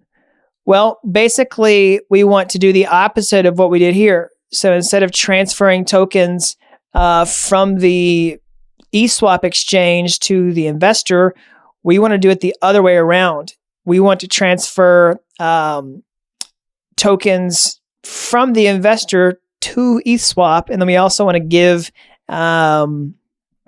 the investor Ether, okay? So we need to write function some code that performs a sale. Say perform sale. So how do we do that? Well, first we can give the user Ether. We can say msg.sender, say transfer, and then some sort of Ether amount. Okay. So we haven't defined this yet, but that's the core code that we're going to write in order to give the user Ethereum, okay? So don't forget, msg.sender is the person calling this function. Look, we saw that in the last section here, all right? And so transfer is not a function that you've seen yet inside of Solidity for Ethereum, okay? We saw it here on the token. This is, the transfer function for ERC20 tokens. Let me pull that up right here. Transfer, right? But here what we're doing is calling transfer for Ether, the native cryptocurrency of the Ethereum blockchain. So what we're doing is saying send Ether to the person calling this function. And we want to tell it, how much. And we haven't defined this amount yet, all right? So what we're going to do is pass in an amount here, uint amount, all right? So basically we're going to say, how many tokens are they selling, right? Let's say they want to sell 100 tokens. Well, they'll pass in 100 here. So we can calculate this Ether amount just like we calculated this token amount, but we'll just do the opposite. Say, calculate the amount of Ether to redeem. And we'll say uint Ether amount equals amount. All right, this is the number of tokens that they're selling. So we're going to take the number of tokens they're selling and we're going to divide it by the rate. Okay. So remember here, we multiplied the amount of Ether that they were going to send by the amount of, sorry, let me back that up. We multiplied the amount of Ether they sent when they went to buy tokens by the rate to determine the token amount. So when they sell the tokens, we work backwards. We take the amount of tokens that they want to sell and we divide it by the rate to get the Ether amount that they receive whenever they sell the tokens, okay? And then we send them that much, right? So that sends Ether to the investor, but now what we want to do is also transfer tokens from the user, the investor, to the ETHSwap exchange so that it gets the tokens back. It's selling the tokens, so we have to send the tokens to the exchange, and we also have to, give Ether to investors. So it's a two-way street, right? So how we do that is we say token, and then, here we did transfer, token transfer. All right, we'll just do this for now, all right? And then what we want to do is swap this, all right? So we could say, token amount here, and then swap them. And when I say swap, I mean, instead of sending it to MSG.sender, we could send it back to the smart contract. So we say address this, right? We could do that, right? And that would essentially transfer the tokens to this, which is the smart contract, right? And then the amount. But this isn't going to work. So here's why. Basically, whenever the investor calls this function, it doesn't necessarily, we can't let the smart contract call the transfer function on an ERC20 token like this on behalf of the investor. Right? That's not how ERC20 tokens work. Otherwise, you could just hide transfer functions inside of smart contract calls without people necessarily knowing about it, and you could send your money away. So in order to avoid that, ERC20 has a special function called transfer from. All right. And so basically, this is what allows other smart contracts to spend your money. So we have to use this transfer from function inside of here. So say transfer from. All right. And so we say msg.sender. All right. So that's who it's going from. That's who it's going to. And this is the amount. So you see that here, from to amount. So this is the special function we use anytime you want a smart contract to spend your tokens for you. Okay. Now, before we do that, in the test, you'll see that we're going to have to approve tokens first. That's how transfer from works. This approve function must be called before we can call transfer from. We'll see that in play in a minute. But we don't have to do that inside of the smart contract. Basically, we can just do the approval outside of it. And then we'll do this transfer from function anytime we call sell tokens, which we'll see in a minute. Basically, you just have to call approve and then sell tokens, and this will work. Okay. So we'll see that in play right now. Let's go ahead and test this out. We'll say truffle compile. Make sure there's no syntax errors before we update the tests. All right. Okay, so we got a problem here. We need to make this function public. All right. So we'll say public. That's going to allow it to be accessed outside of the of the smart contract. Okay, perfect. So now let's go to the tests. ETHSwap test. We'll create a test down here. Let's go ahead and just copy this one. say sell tokens. All right, and we'll clear out all this. And we'll clear all this. We're just going to get the skeleton in place here. All right, so for the description, we'll say it allows user to instantly sell tokens instead of purchase to ETH swap for a fixed price. Okay, so we're gonna reverse that. Boom. So it allows user to instantly sell tokens to ETH swap for a fixed price. So inside of here, what we want to do is call that function that we just created. So we'll say result equals await ETH swap sell tokens. All right. And let's just sell the all 100 tokens here that we purchased back to the exchange. Say tokens 100, and we'll say, from investor, right? So I'll show you, this is going to blow up. Sorry, truffle test. It's not going to work, and I'll illustrate why. Let's hope it actually doesn't work. Yeah. Okay. Boom. So it incurred. It reverted. All right. So why? Well, it's just like what I was saying a minute ago. In order to call transfer from, we have to approve the tokens before the smart contract can spend them for us. Okay. This function that I'm talking about here. This is what allows smart contract to spend our tokens. So we have to call this on the token itself before we can call sell tokens on ETH swap. So I'll show you.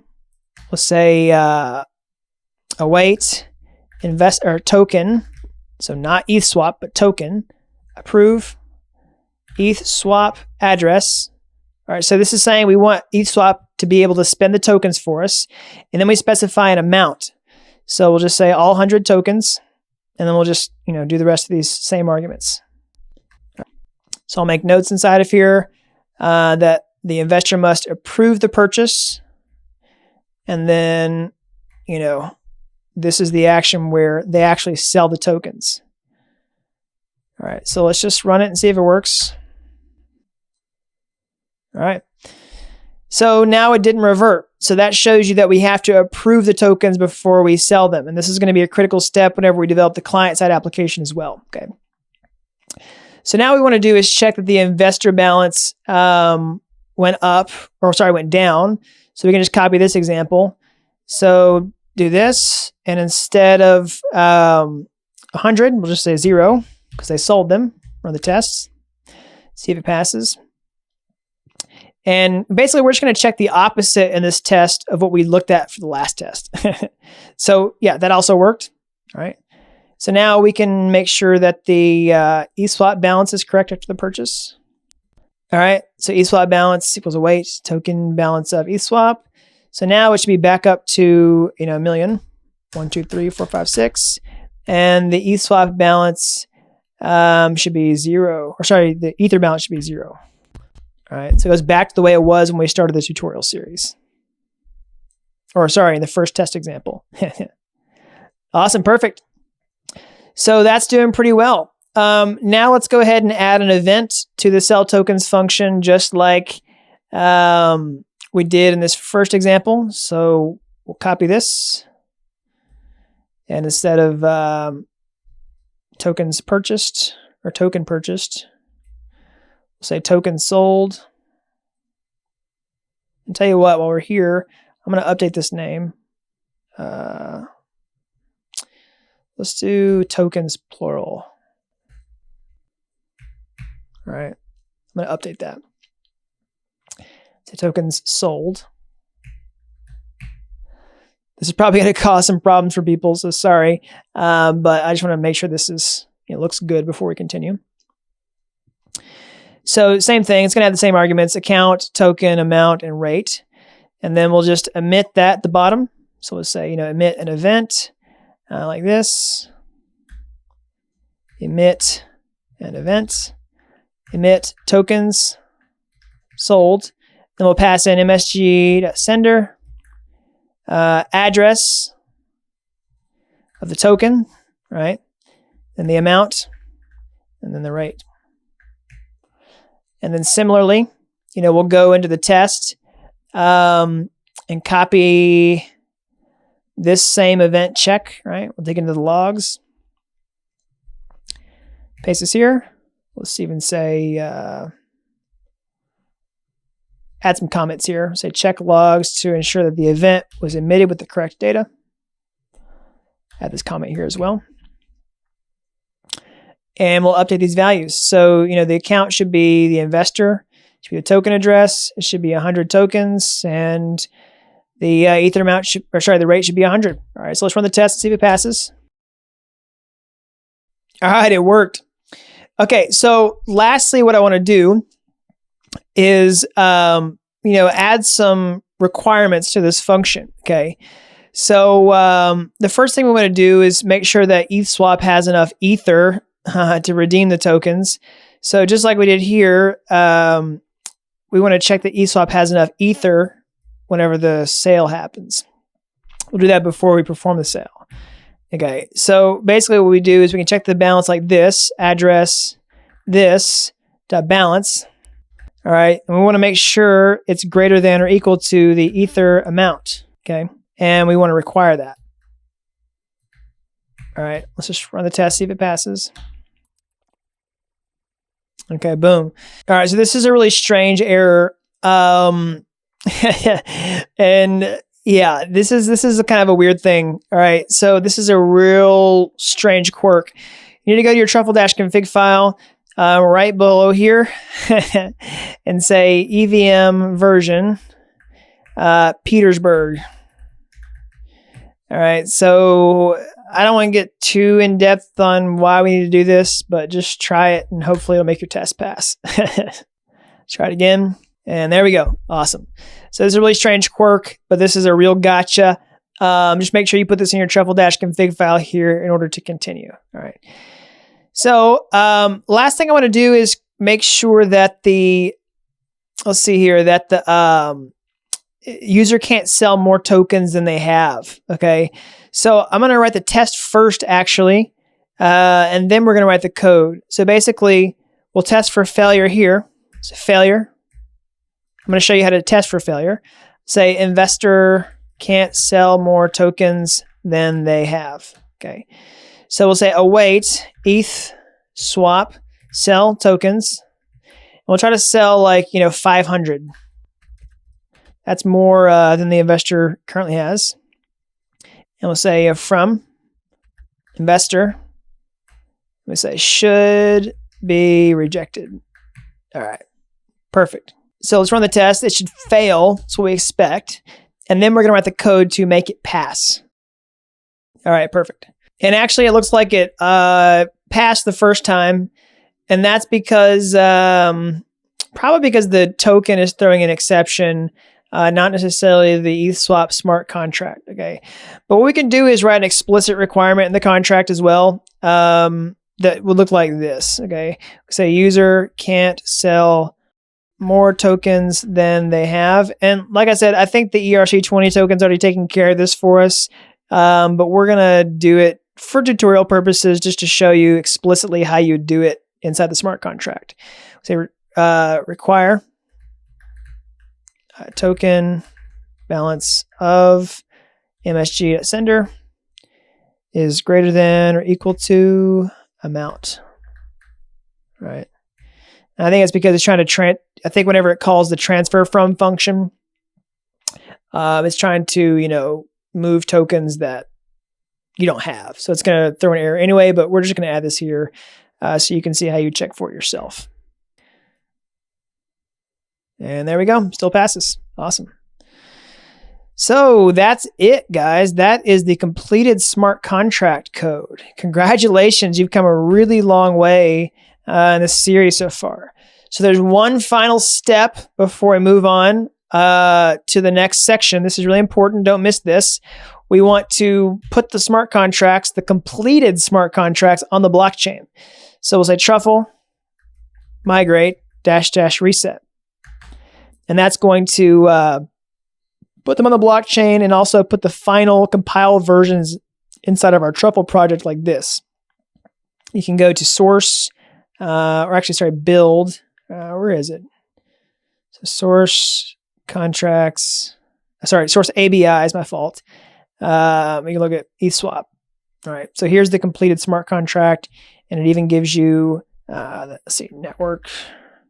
Shows you the address of it on the network, all that kind of stuff. Awesome. All right, everybody. So congratulations. That's it. And now what we're going to do is start building out the client-side website or user interface, which you see here. So really quickly, if you like this tutorial series, go ahead and subscribe to the channel and click the like button down below. That really helps these videos get found with the YouTube algorithm. And also, if you want to take that next step towards mastering blockchain, then head on over to dappuniversity.com/bootcamp. All right, so let's continue on with this, right? This is the finished product that we're working toward. And right now, we have just a really bare bones website. This is the starter kit that we, began the project with, and we haven't really modified the code for this at all. And so that's what we're going to do in this tutorial, at least in this part of the video. So we're going to connect this to the blockchain, all right? We're going to load our account and put it here and wire up this Identicon. And we're going to get started with all of that right now. So a few quick housekeeping tips. If you're just picking up at this point in the tutorial, make sure you have your node packages installed. You can just do that with npm install, right? That makes sure that you have all the dependencies on your computer to run the project.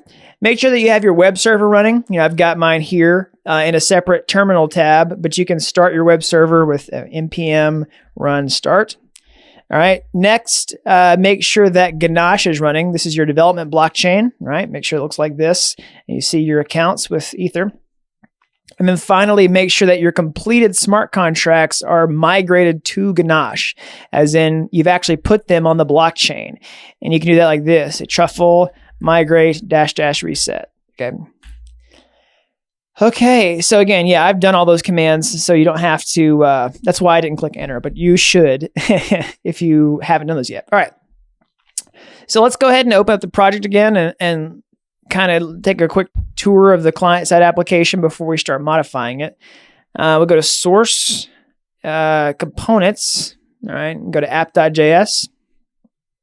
And here's the main component that we'll use for this tutorial. We'll start here. You can see the code for this page right here. Go here. All right, Dapp University Starter Kit, Dapp University Starter Kit. So we're going to basically just start editing this. I'm going to clear out all the code inside of here. Let's just do this and make sure we can actually update it and make changes. Forgot that. And we'll just say, hello world. Awesome. And we'll refresh page. And there we go. Boom. And we'll go ahead and take the logo out. And we'll remove it from the top as well.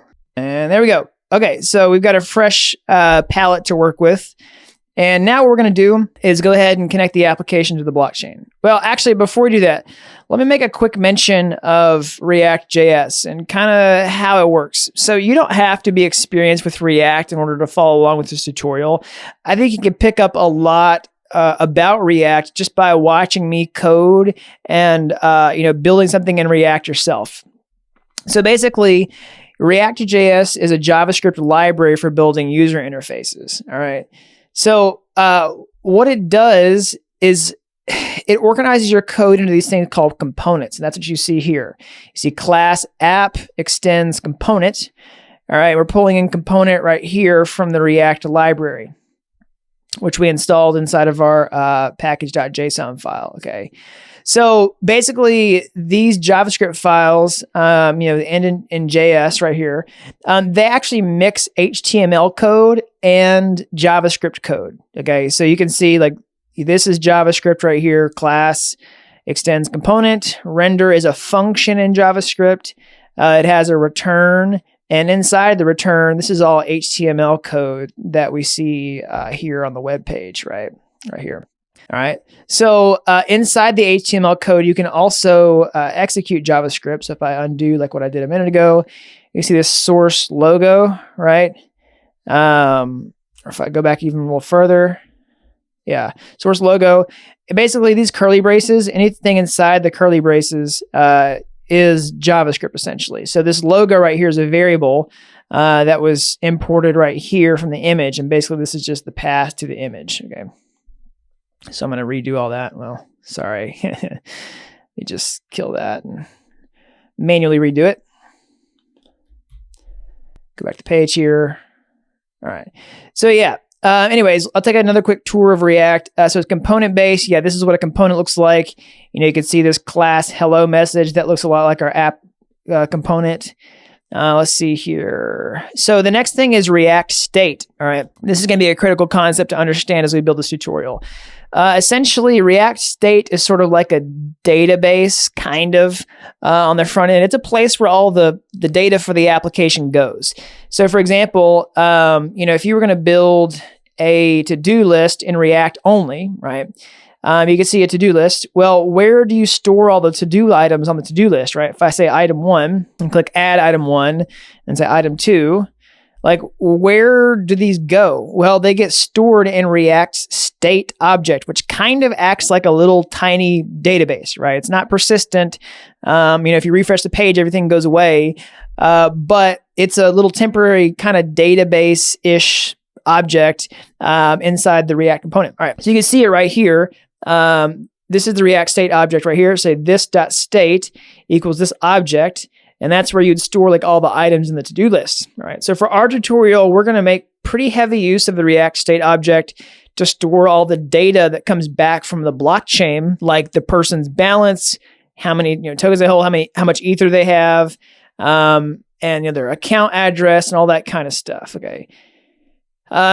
So let's see here if there's anything else to make note of. I think that's a pretty good overview to get started. We'll see all this stuff in play, and I'll reference the React documentation again a little bit later when we wire up our component. So let's go ahead and do that. Let's connect our website to the blockchain. All right, so in order to turn this application into a blockchain application, two things need to happen. All right, so the first thing is connect app to blockchain. And then second is connect browser to blockchain, right? So even if you connect your app to the blockchain, if your browser can't use the app with the blockchain, it's no good, all right? So we're going to do each of those things right now. First, let's actually do the browser to the blockchain. That's the easier part. And it has to be done first before we can really successfully make use of this part. So we're going to do this backwards. All right. So in order to connect your browser to blockchain, we're going to use Metamask. All right. You install this at the very, very beginning of the tutorial. Okay. So make sure you've got Metamask set up properly. Go back and revisit that section if you haven't already. All right. So basically, if you open this little Fox icon, you'll probably see account 1 right here. If this is your first time using Metamask, you probably connected to the main net right here. So the first thing you want to do, let me explain Metamask.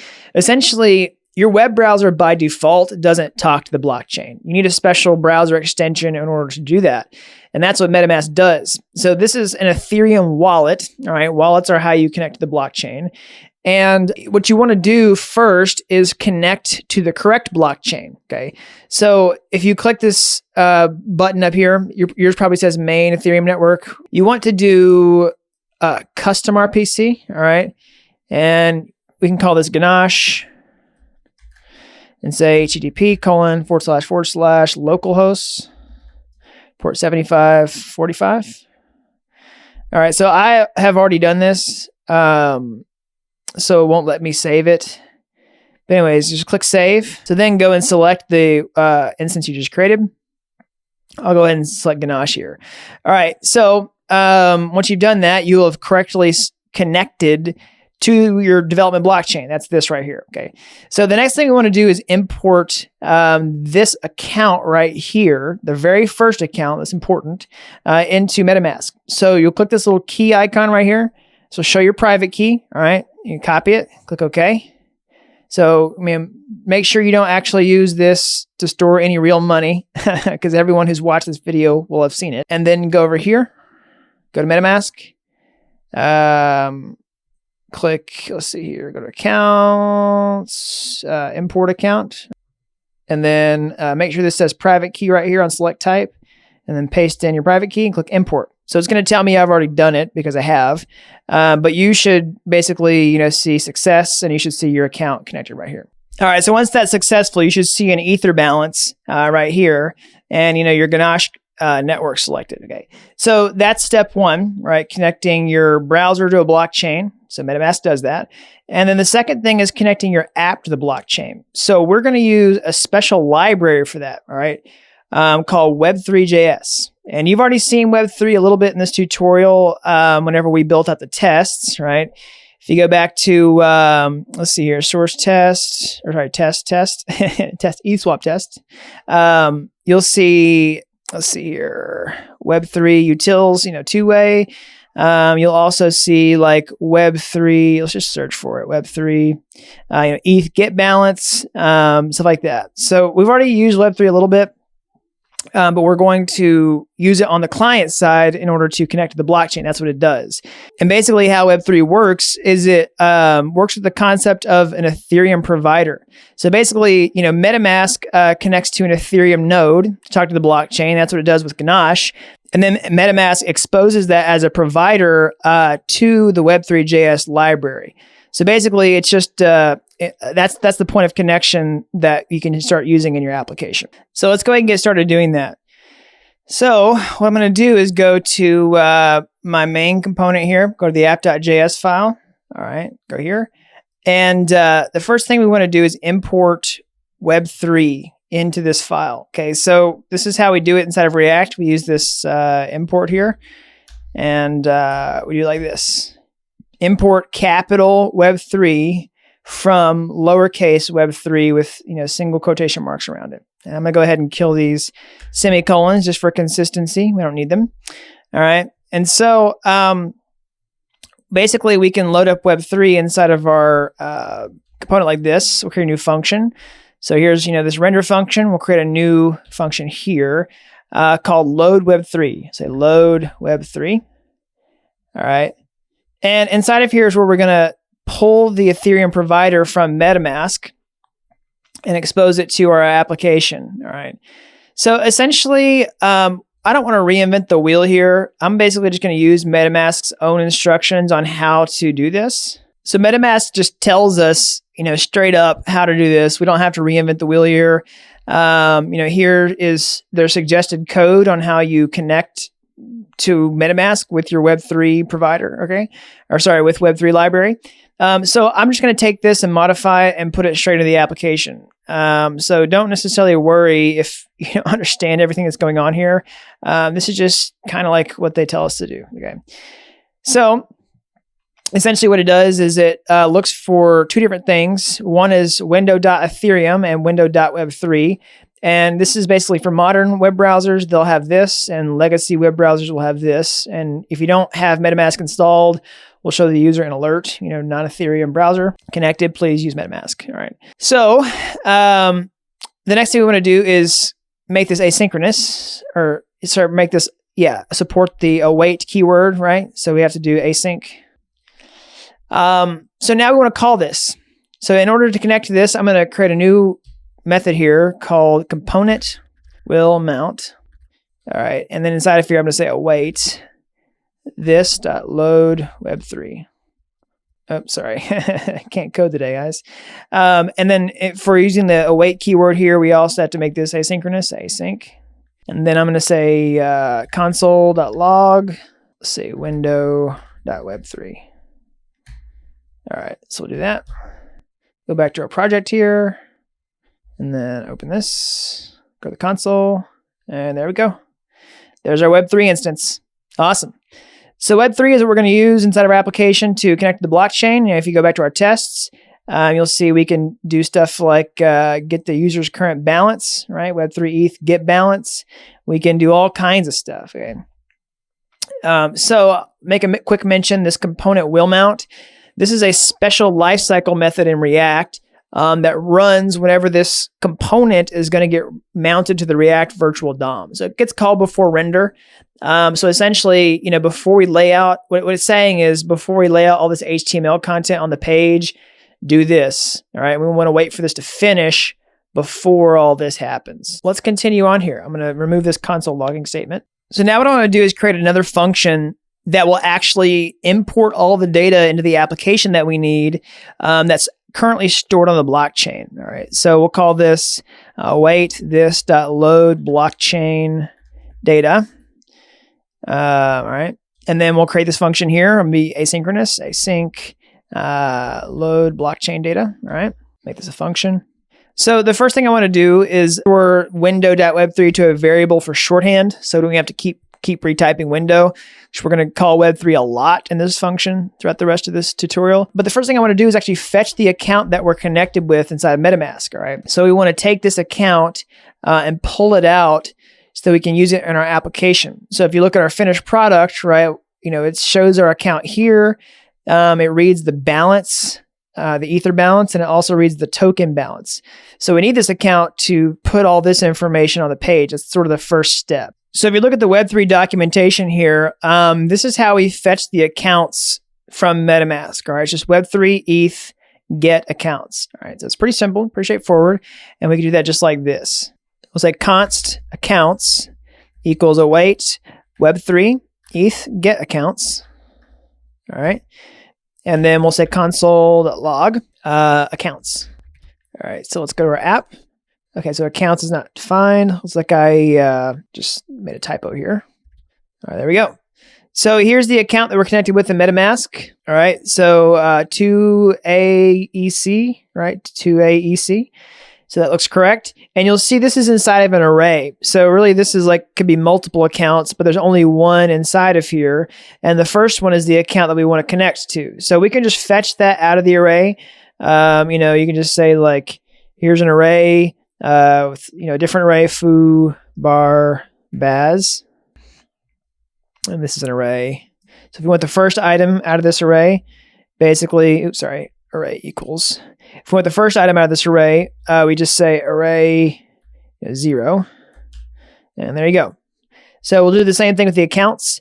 We'll just do it like this, accounts 0. And then there you go. So, arrays are 0-based index. So the first item is 0, the second item is 1, third item is 2, etc., etc. So next we want to do is actually store this in the React state. All right. So if you go back to our React documentation here, I talked about this briefly earlier. The state is how we keep track of all the data. And in this case, we're going to store the blockchain data inside the state. So let's follow React's own instructions on how to set up the state. So I'm just going to copy this. This is what it tells us to do. All right, just above the render function. I'm going to paste this in. All right. So take out the semicolons here, just for consistency's sake. Kill this because we don't need that. All right, so this is basically what we need to do.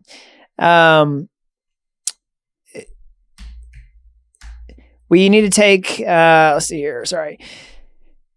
We just call this super because what it does is it takes the constructor function. Well, sorry, let me back up.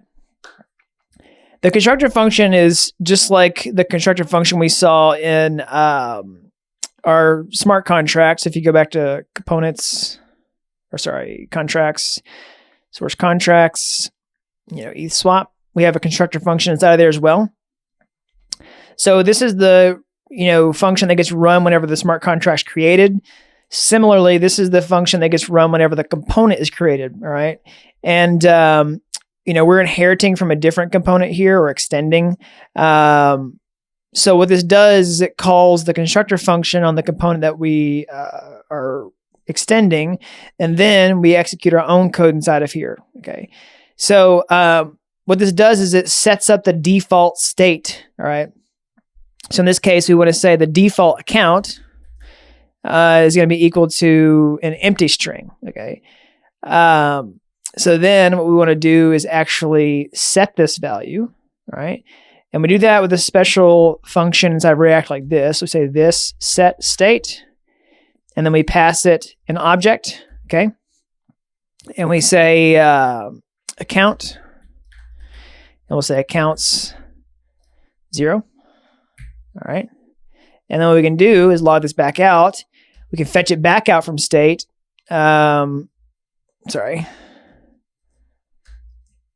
and say, let's see, this state dot count, and it should be the same thing.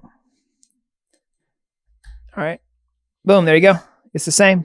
Awesome. So what we can do, the important thing to like note is that we set this state here so that we can access this data in other places in the application. So for example, I can call console log, this state account down here in the render function, right? Which I couldn't do earlier without putting it in the state. So if I do that, hit refresh, it still works, right? Perfect. All right. So now what I want to do is fetch the balance. Okay. So we've got the account from Metamask, and eventually we want to show this ether balance here. And we can do that next inside of our account, inside of our application. So we've seen that before, actually. So if you go back to the tests, ETH swap test, say get balance, ETH get balance. All right, look here. We checked the ETH swap balance before. We did Web3 ETH get balance. So let's just copy this from the test, since you've seen it before, and do it inside of their front-end application. All right, so instead of ETH swap balance, we'll just call this const balance. Or we'll say ETH balance.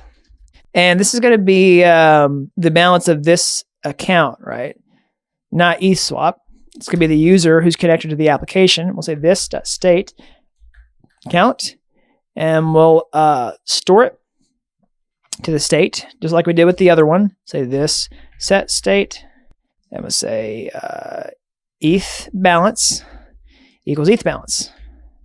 Now I'm going to show you a pretty cool thing in JavaScript. In this version of JavaScript in ES6, if you have a key and a value of a variable type, let me explain that better.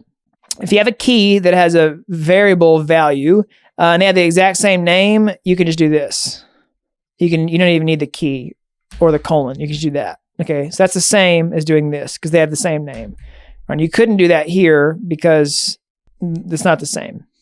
Okay, so now let's set the default state, and let's say the default balance, ETH balance, is 0. Right. And then let's do console log this state.eth balance. All right, there you go. Boom. So you see that looks right. So 97.873 ether. All right, so you don't see a decimal place here. And that's okay. Remember that I explained in the previous videos that ether is expressed in way when you move it around. So it's the smallest denomination. So basically, it's like a penny for Ethereum, a really tiny penny. And it's got 18 decimal places after the 0. You don't use decimals, so that's why you see this big number. Okay. All right, so now what I want to do is show the account that we just loaded on the page. All right, we want to put it up here, just like this finished product. Okay, and we also want to add this cool icon that's generated automatically with our Ethereum address. So the first thing I want to do is actually move the nav bar to its own component. All right, so you're going to see a really nice benefit of using React components is that we can create more components just like this one that are reusable in other parts of our application. All right, so I'll create a new file like this. New file.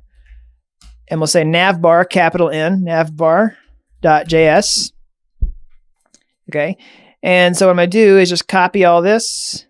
And then do this, take out these two, all right, and then take out pretty much all of this. All right, so we got our render function here, and then we'll just take the navbar part,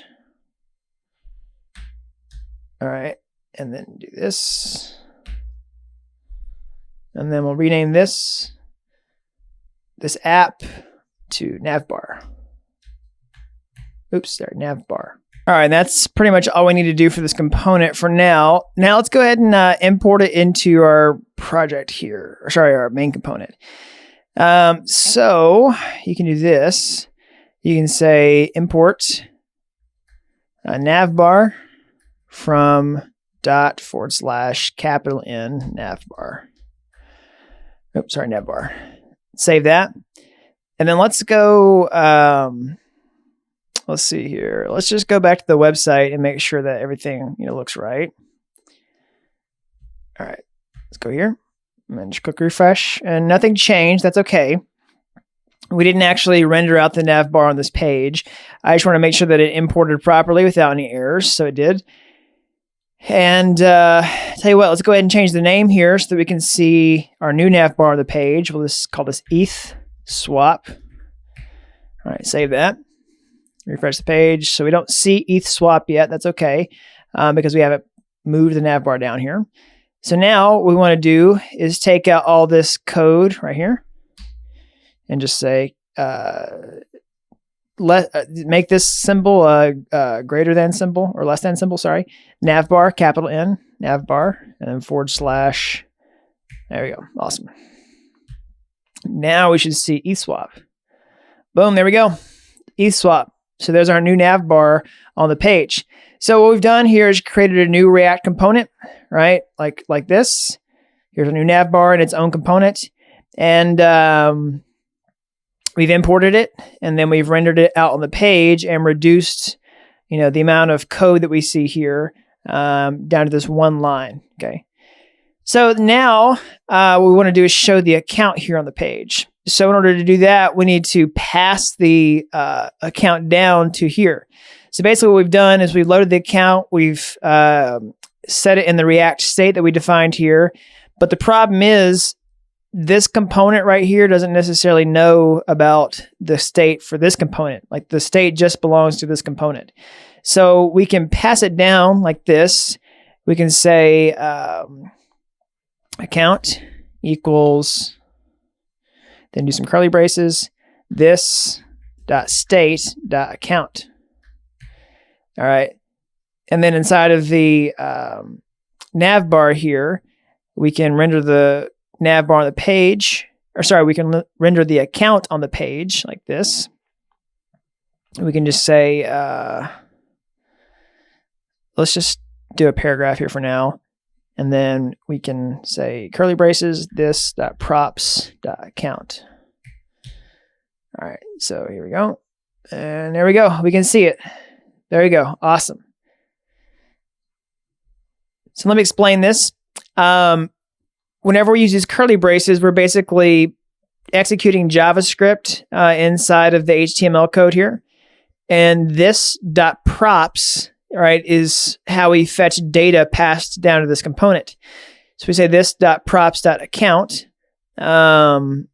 is this right here. So we said account, this.state.account gets turned into this.props.account. Okay. So props is just short for properties, I believe. And this is how you define the component's properties. Like you add a new property here. And you saw props here whenever we set up the constructor as well. All right. So now the next thing we want to do is add a better, we want to render the component out on the page. Now the next thing we want to do is render the account on the page in a more pleasing way. So right now you can barely see it. It's the same text color. So I'm going to basically delete this and add some markup that looks like this. Okay. So this is basically just creates an unordered list with Bootstrap that's going to make it look a lot nicer. All right. So let's save that. You can just fetch this from the code down in the description below if you don't want to code this out step by step. Right. So there you go. We can see the account here looks a little bit nicer. All right. And then the last thing we want to do is add this icon here. All right. So this is the identicon that's going to correspond to the account itself. Okay.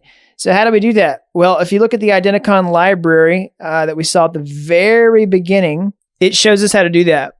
So it shows you how to do it. Basically, you just pass it a hash. In this case, this is going to correspond to the Ethereum address. And then, here you go. You can see this image with the width, height. And then for the source attribute, it's going to have this data. All right. And we're going to concatenate the string and pass in the data this way. So I'm going to kind of create a better version of this like this that we're going to use in our application. So don't worry if you don't fully understand what's happening with this library. That's okay. You can just kind of go back and reflect upon this later, try to get a better understanding of it. So for now, what I'm going to do is just import the identicon library inside this component. All right. like this.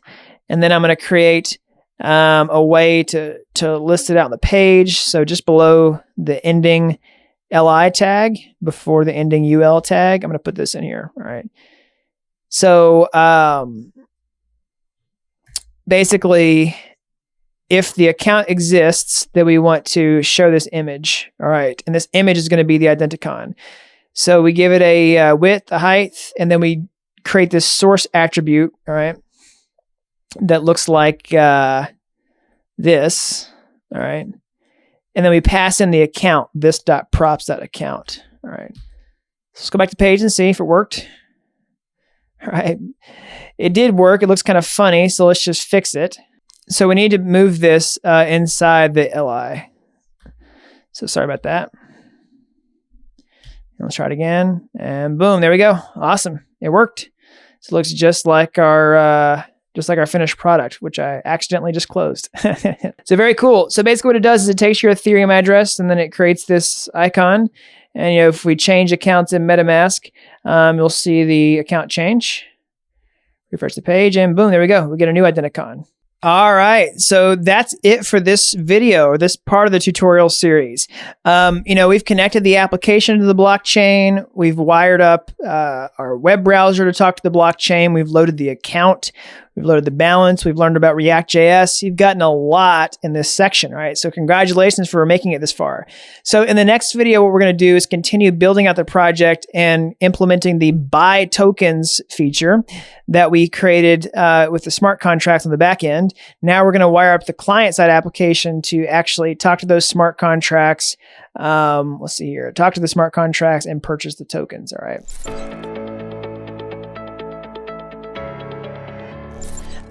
We have created the smart contracts for the ETH exchange. We created a token smart contract, and we've connected our website to the blockchain. Now we want to do is actually load these smart contracts into our app so that we can use them. All right. We want to end up building this, and we need the token smart contract, and we need the ETH smart contract to facilitate this, buy and sell mechanism that you see here. The client-side website that we're building right now is our front end, and we've basically finished the back end already. And what we're doing right now is essentially just, connecting the front end and the back end parts of our application. All right. So the first thing I want to do is go ahead and open up the code and go back to where we were. We loaded the account and we loaded the Ether balance of this account. All right, so we can take out this console logging statement. And we want to continue on with this. All right, we want to load up the smart contracts into this project. So the nice thing is we can just import the smart contracts directly from our Truffle project. Right, that's one of the reasons that we have this special setting inside of our Truffle project to change where the smart contracts are. Basically, we can take this ETH swap file and import it into this app.js file to use the smart contract directly with Web3.js. Okay, so basically, this is just an ABI right here that you see. This is a JSON array that describes the functions of the smart contract. It just tells you how all the code works, basically. We can use this ABI to create a JavaScript version of the smart contract so that we can, call its functions, just like we did inside our tests, but inside the web application, all right, the front end application. So I'll show you how to import that into the project like this. You just say ETH swap. Let's do it above the nav bar, actually. All right, ETH swap. So import capital ETH, capital swap, right? Just like the smart contract. From ... means go up a directory, right? We're here, go up a directory.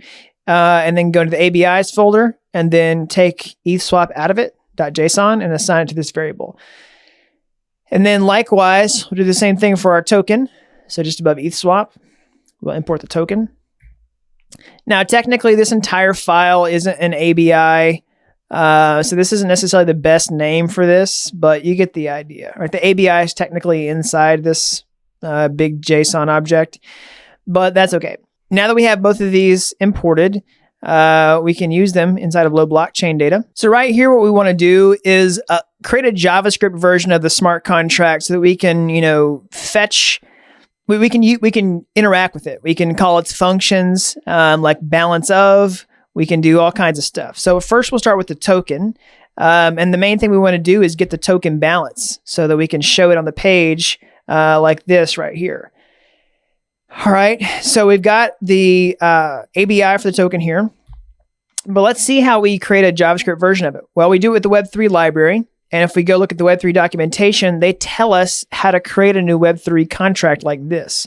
All right, you just say new Web3 ETH contract, and then you need two pieces of information. You need the JSON interface, and you need the address. All right, so I'm literally just going to copy and paste this inside of here.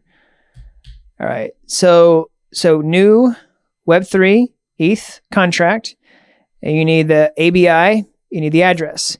So we'll just say const token equals this, and we need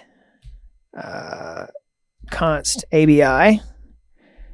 We need to fill that in, and then we need to say const address. We need to fill that in. All right. ABI, address. So those are the two pieces of information we need in order to create a JavaScript version of the smart contract. So why is that? Well, the ABI tells us, how the smart contract works, what the functions are. Basically just tells us what the code looks like. All right. And then the address is where that smart contract is on the blockchain. So you could have multiple smart contracts that have the same ABI, but you want to tell it the address of the specific smart contract that you want to use. Okay. So I'll show you how to get all that information. We'll start with the ABI. So if you look inside this ABI's file token.json, when we imported this right here, we imported this entire JSON object. So we can literally just get the ABI right here. So ABI will just equal token.ABI. And then the address will be inside of this file. So if you look inside of here, here's ABI. Let's look at the networks. All right, so there's an ABI key, there's also a network key. So this will tell you the different networks that the smart contracts deployed to on the blockchain. And we're specifically going to look at this network. This is Ganache 5777. Like if you go to Ganache, you can see here 5777 right here. All right, it's the same ID. And you want to find the address. So you look inside this file, you find networks, this network, and then this address. All right. So we can do that like this. We could basically just say token.networks. We can literally just pass in 5777. All right. And then get the address. And then that would be the token. And we could say console log token. Go back to the web browser. And there we go. There it is. There's the Web3 contract. So now what I want to do is make this code a little more robust because this is really brittle. Like we don't want to just hard code this address here, or we don't want to hard code the network. Like if we change networks, we want this to be dynamic. All right. So what I'm going to do is actually get the network ID that we're currently connected to in Metamask. So we do that like this. We just say network ID, load network ID, right? So await Web3 ETH net get ID. This will return 5777 because we're connected to Ganache. So network ID. All right, and then go back to the project. Oh, sorry. Looks like we had a typo here. All right, boom, there we go. Still works. Awesome. So now what we want to do is refactor this a little more. So potentially this could be empty. So we don't necessarily want to call address. We might get undefined on this. So we'll do this. We'll say we'll refactor this to call it token data, and then we'll say if token data, because it may not exist if we change networks. All right, we'll just do something here. If the token data exists, the address will just be token data dot address. All right. So yeah, pause for a second and just kind of let that sink in. Then further, we don't necessarily need to do address here anymore. We can just put token data address here because that's pretty easy to read. All right, then finally, we don't need to use this ABI variable because that's pretty self-explanatory too. And then we put that here. Okay, awesome. So finally, if the token's not deployed to the network, we say window.alert token contract not deployed to detected network. All right. So save that, go back here, and boom, there we go. We see it logged to the console. So now let's see if our alert works. Let's go to mainnet. And boom, there we go. Token contract not deployed to detected network. If we click, go back to Ganache. All right, click refresh. Awesome, works. Perfect. All right, so we're getting somewhere. We'll just say load token here. And now what we want to do is store the token in the state. So down here, we'll just say, let's do it like this. So just below account, say token equals this empty object, right? And then let's see here, token data, token. We'll say this set state.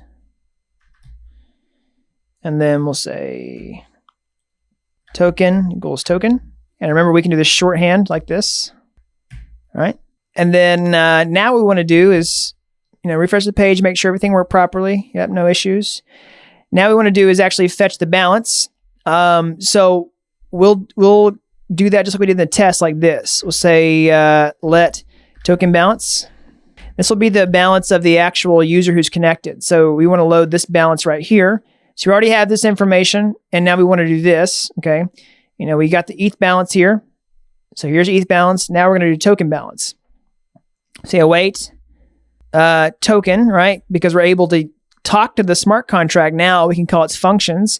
So we say token.methods balance of, all right, then we say this.state.account, right? We're trying to get the balance of the person who's connected to the blockchain right now with Metamask. And then finally, we can't just do this. We also have to say call. All right. And then we'll say console log, token balance, and then token balance.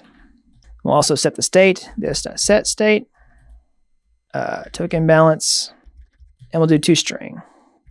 And same here. We'll do toString. All right, so let that sink in. And then finally, we're going to do a default token balance here just below ETH balance. Say 0. Okay, so let's refresh the page and see if it worked. All right, there we go. Token balance is 0. That's actually what we expect because this person hasn't purchased any tokens yet from the ETH swap exchange. So now really quickly, I want to talk about this, right? This call right here. So essentially, you have to do call whenever you're fetching information from the blockchain. There's two types of methods in Web3. There's call methods, which you can see here, and then there's send methods. Okay, so call methods, all they do is fetch information from the blockchain. They don't actually create any transactions. So you have to use call whenever you do that. All right. So whenever you do send, that's when you're actually signing transactions and putting new data on the blockchain, and you have to pay gas. So that's when you call send after those functions, which we'll see later in the tutorial. But I want to just make a mention of that while we're here. That's why you have to do call on the end of this. Right here, this just returns a function that's going to get executed with its arguments, and this actually executes it. But it just reads information. It doesn't actually write any information, right? Okay, so I'm going to take this away. So we've loaded the token. We've loaded the token balance. Next thing we want to do is load up ETH swap. Okay, so it's very similar operation. We can just literally copy and paste this and modify it. Instead of load token, we can say load ETH swap. Okay, so we don't need the network ID. We've already got that. But instead of token data, let's just change this. ETH swap data, and this will be ETH swap. All right, and this will be ETH swap. Do this and this. And then let's see here, token, this would be ETH swap. And then we don't need to load the balance. All we need to do is load the smart contract, okay? So let's see here, ETH swap data is this. All right, ETH swap, ETH swap. Let's just console log, let's do this next, sorry. ETH swap equals, empty object here. And then finally, let's just do console log this state ETH swap. Make sure it worked. All right, there we go. There's the ETH swap contract. So that's pretty easy. So, it took a lot of effort to get this going and to understand it. But, it makes it a lot faster the second time whenever you load the second smart contract, because you just follow the same pattern. All right. So that loads both smart contracts into the project.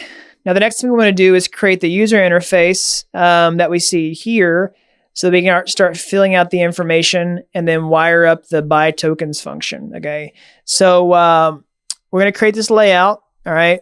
And then we're going to create a way to fill in the balance, and then we'll actually wire up the buy and sell. All right, so what I want to do now is go ahead and start adding more content to the page. What we'll do is create a new component, all right? And let's see here. Oops, sorry. Don't save. Let's see here, new file. We'll call this main.js, capital M. Okay, so we have app.js, now we're gonna have a main.js. And what we're gonna do is just copy, well, let's do it this way. Yeah, let's just copy the basics here. All right, and then paste it in here. We'll take out all this stuff. All right, we're just literally taking all this away. And then taking out all this. We're just gonna have a render function. All right, and then I'm gonna take this H1 right here and do this. And then put it in here and take out all the rest of the code. So that you just have this one div. All right, and then do this. We'll say ID equals content. All right, instead of app, we'll call this main. So this is gonna be our main component. All right, and then inside of here, we'll import the main component just like we did the nav bar. Say main. All right, and we'll render this out on the page like this. Instead of hello world, we'll just say main. All right, make sure it still works. Boom, there we go. Awesome. So there's a one big reason that I want to do this. All right. So whenever we're loading up all this data here, this takes a while, and we don't want to show content on the page until it's finished. Okay, so we want to have a basic loading screen whenever the app is loading up data. And we can do that like this. We can just tell it that it's loading, and when it is loading, we'll show a loader, and when it's not loading, we'll show the main. So we'll do that like this. All right, so let's say let content like this. We'll say if, well, actually, let's do this. So let content and then let loading equals true, right? So if loading, and then we'll say this, else. Right. So basically, we'll take this away. Well, let's do this. So if it's loading, we'll say content equals this. We're going to create a paragraph that just says, hey, I'm loading. All right. Like this. A paragraph, ID loader, class name, text center, loading, right? The next, if it's not loading, we'll say content equals the main component that we just created. So I'll just copy this, put it here. All right. So the app's loading, show the loader. If it's not loading, show the content. All right. And then in React, we can choose curly braces and put the content here. All right, so now when I refresh the page, I should just see the loader because it's, just hard-coded to true. All right, so yeah, there's the loader. And if we make it false, all right, boom, there we go, hello world. So now we take the next step and actually store the loader value into state. So we can go down here and say loading. All right, say true. And then instead of this loading, we can say, this state.loading, save it, go to the page, loading is true, all right? We can also say false, and it'll show the page, awesome. And let's do true again. So we want the default state to be that loading is true. So we want to tell the app when loading has finished. So we do that right here. Basically, once all this stuff's done, we just do this set state loading false. So now it'll update dynamically, and there you go. Yeah, boom, there you go. So you'll see the loader for just a second, and whenever all the blockchain data is loaded, it'll show hello world on the page. Awesome. So that's a really great step in the right direction that's going to help us build this application in a much better way. And what we'll do now is continue on creating the layout inside this main component. So we're kind of done inside this file for a little while. We're going to concentrate on this to build the layout. Now inside of this main.js component, what I'm going to do is go ahead and just paste in some predefined template code to get started really fast. It would take a really long time to code all this out step by step, and it's really just HTML code. I don't want the focus of this tutorial to be, how to write HTML. I want it to be more about blockchain. So I'm going to just take this out and then paste this in. You can check out this point in the project in the link in the description below to get this if you want to. So I'll just paste this in like this. All right. And then really quickly just see what was generated. All right, boom, there we go. So here's our basic template. It's looking a lot closer to what we see here. Just a few things we'll need to adjust, but you can see basically, we got a card here and the card body, and then we've got the input for the balance. We'll wire this up in a second. The the output value and the exchange rate, and then the button to swap the tokens. All right. And then we've got a form that shows us how to do that. All right. That allows us to do that. So let's just remove some of this space. All right. It's looking better. Click save. So the next thing we want to do is go to the app.js file, the main. Yeah. Let's go to app.js and let's make it wider. All right. It's looking kind of scrunched right now. We want to make it wide like this. So we'll go to the, this main element here. We'll say style, max width, 600 pixels. Okay, just like that. So that didn't quite work. We need to do one more thing. Instead of deflex center, let's do MR auto.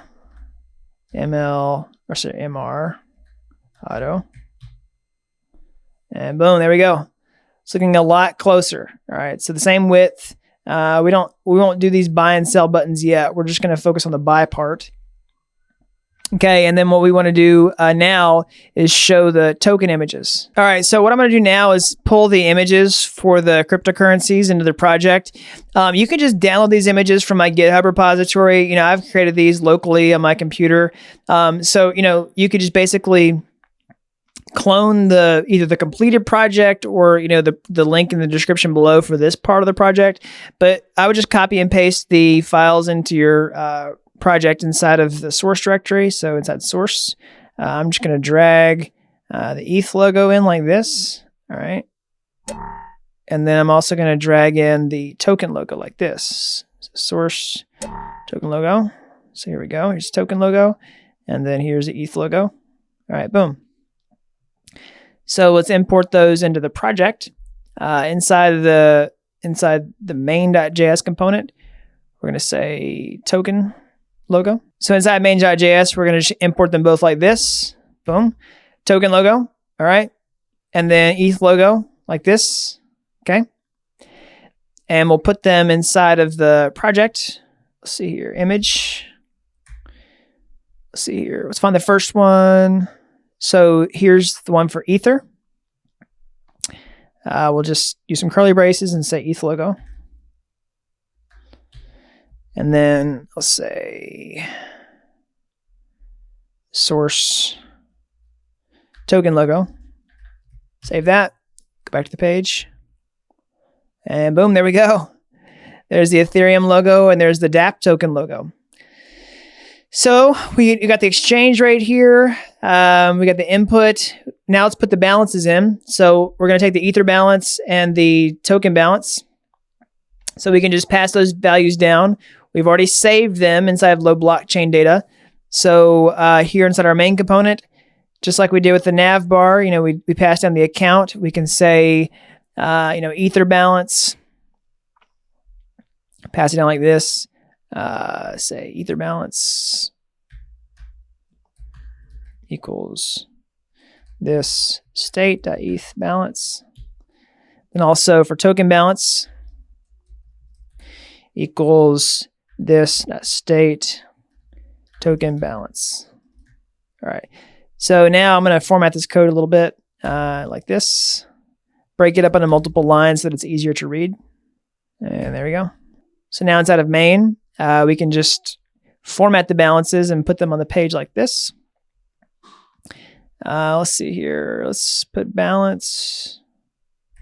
So this is for the Ether balance. We'll say, let's just do the balance for now. Just.props.ether balance. Save it. And this didn't quite work. All right, so let's see what's going on here. Oh, I see what it is. I said Ether balance. It should be ETH balance. Okay, awesome. So we see the balance. It's not formatted correctly, so let's format it. It's currently displaying the wave value. Let's actually display the Ether value or ETH value. So we just use our helper, Web3 utils from way, right? Like we did in the test. And we do it like this. Boom. Window.web3 utils from way, this.props.token balance. Actually, this should be Ether balance, ETH balance. ETH balance and then Ether. All right. All right, there we go. It's formatted. Now we can do the same for the token balance.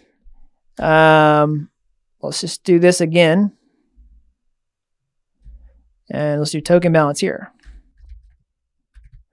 And boom, there we go. It's still 0. That's what we expect. So we haven't purchased any tokens yet. But when we do buy them, we'll see that go up.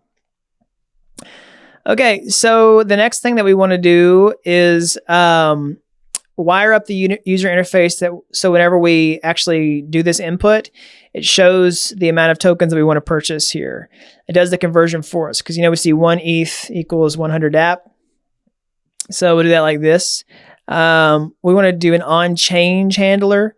Like this. So basically, I'll show you. We go here and find the input. So just below text, we can say on change. And this is what's going to trigger anytime, we change the value of that input. Say event. Oops. I'm going to say console. I'm just going to say changing. All right, so you'll see what that happens. Oops, looks like something went wrong here. Need another curly brace. All right, so now if I change this, 1, 2, 3, you can see this changing happens. So basically, whenever this changes, we're going to calculate the number of tokens and show it here. See, that's what the finished product does. So it goes 1, 2, 3, and we see the output change like this. Okay. So basically, you're saying if you put in 1 Ether, we want to see that you're going to purchase 100 tokens. Input, output, right? Here's the conversion, and then you would swap to purchase that many. So whenever it changes, we're going to keep track of the value. So we do that with something called a ref in React. We just say ref equals input.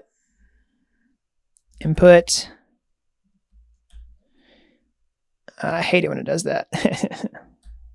That's really annoying. I wish Sublime Text wouldn't do that. Say this input equals input. Okay. And then we say const ether amount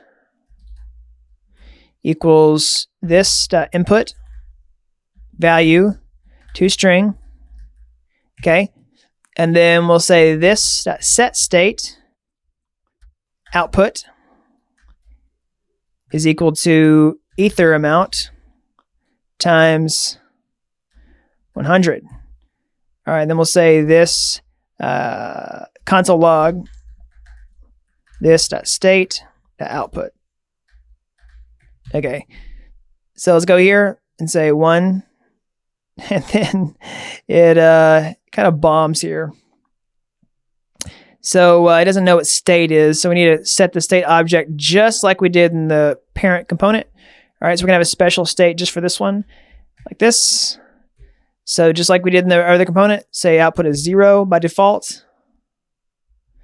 And then we'll do, 1, 2. All right, there we go, it's changing. We see it multiplies it to 100, 1200, 300, yada, yada, yada. Awesome, very cool. Okay, awesome. So now let's see here. Let's show that value in the output. Okay, so basically the output is a disabled form field that doesn't take any, human input. And we can just assign the value like this. So we'll go here down to the output. See, it's disabled, and just above that, we'll say value equals this.state.output. And we can remove this console logging statement here. Go back to the app, say 1. Yep, there we go. So there's a preview of how many we'll purchase. Awesome. So let's remove this console log here. And then let's actually wire it up to make the purchase. So how we're going to do this is with something called onSubmit. This is going to be a handler that's going to fire whenever the form submits. So up here, we'll just say onSubmit equals event. And then we'll say event prevent default, because we don't want the page to change whenever the form submits. I'm going to say console log purchasing tokens. All right. And then let's just do it here. Click swap, and you can see purchasing tokens. All right, log to the console. So it's not doing anything yet. We're going to wire this up. So essentially what we're going to do is call the smart contract function that does the buy tokens function that we created, in the older videos when we did it in the test suite. Now we want to do that here, but we don't really want to write the code for that inside this particular, part. We want to actually add it here instead of at.js, because we have access to the smart contract inside of here. All right. So essentially what we'll do is just create a new function that wraps the smart contract function like this. All right. So just above render, below the constructor. Well, actually, let's do it above the constructor. I'll do it here. We'll say buy tokens. This one will look a little bit different from our other functions. We'll say equals ether amount. All right, and we'll say what you want to do is call the function a lot like we did with get balance. All right, so await, token methods balance of. So we'll say this.state.eth swap, right? That's the smart contract, okay, right here. And we'll say methods. We'll say buy tokens, all right? And then we'll say send, all right? So remember I said that earlier? I talked about call methods in Web3 versus send methods. Well, this is a send method, okay? So go back to Web3 documentation. See send.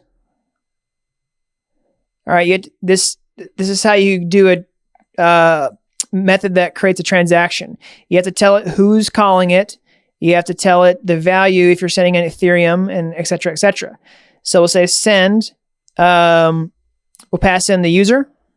Say value. We'll say from this.state.account.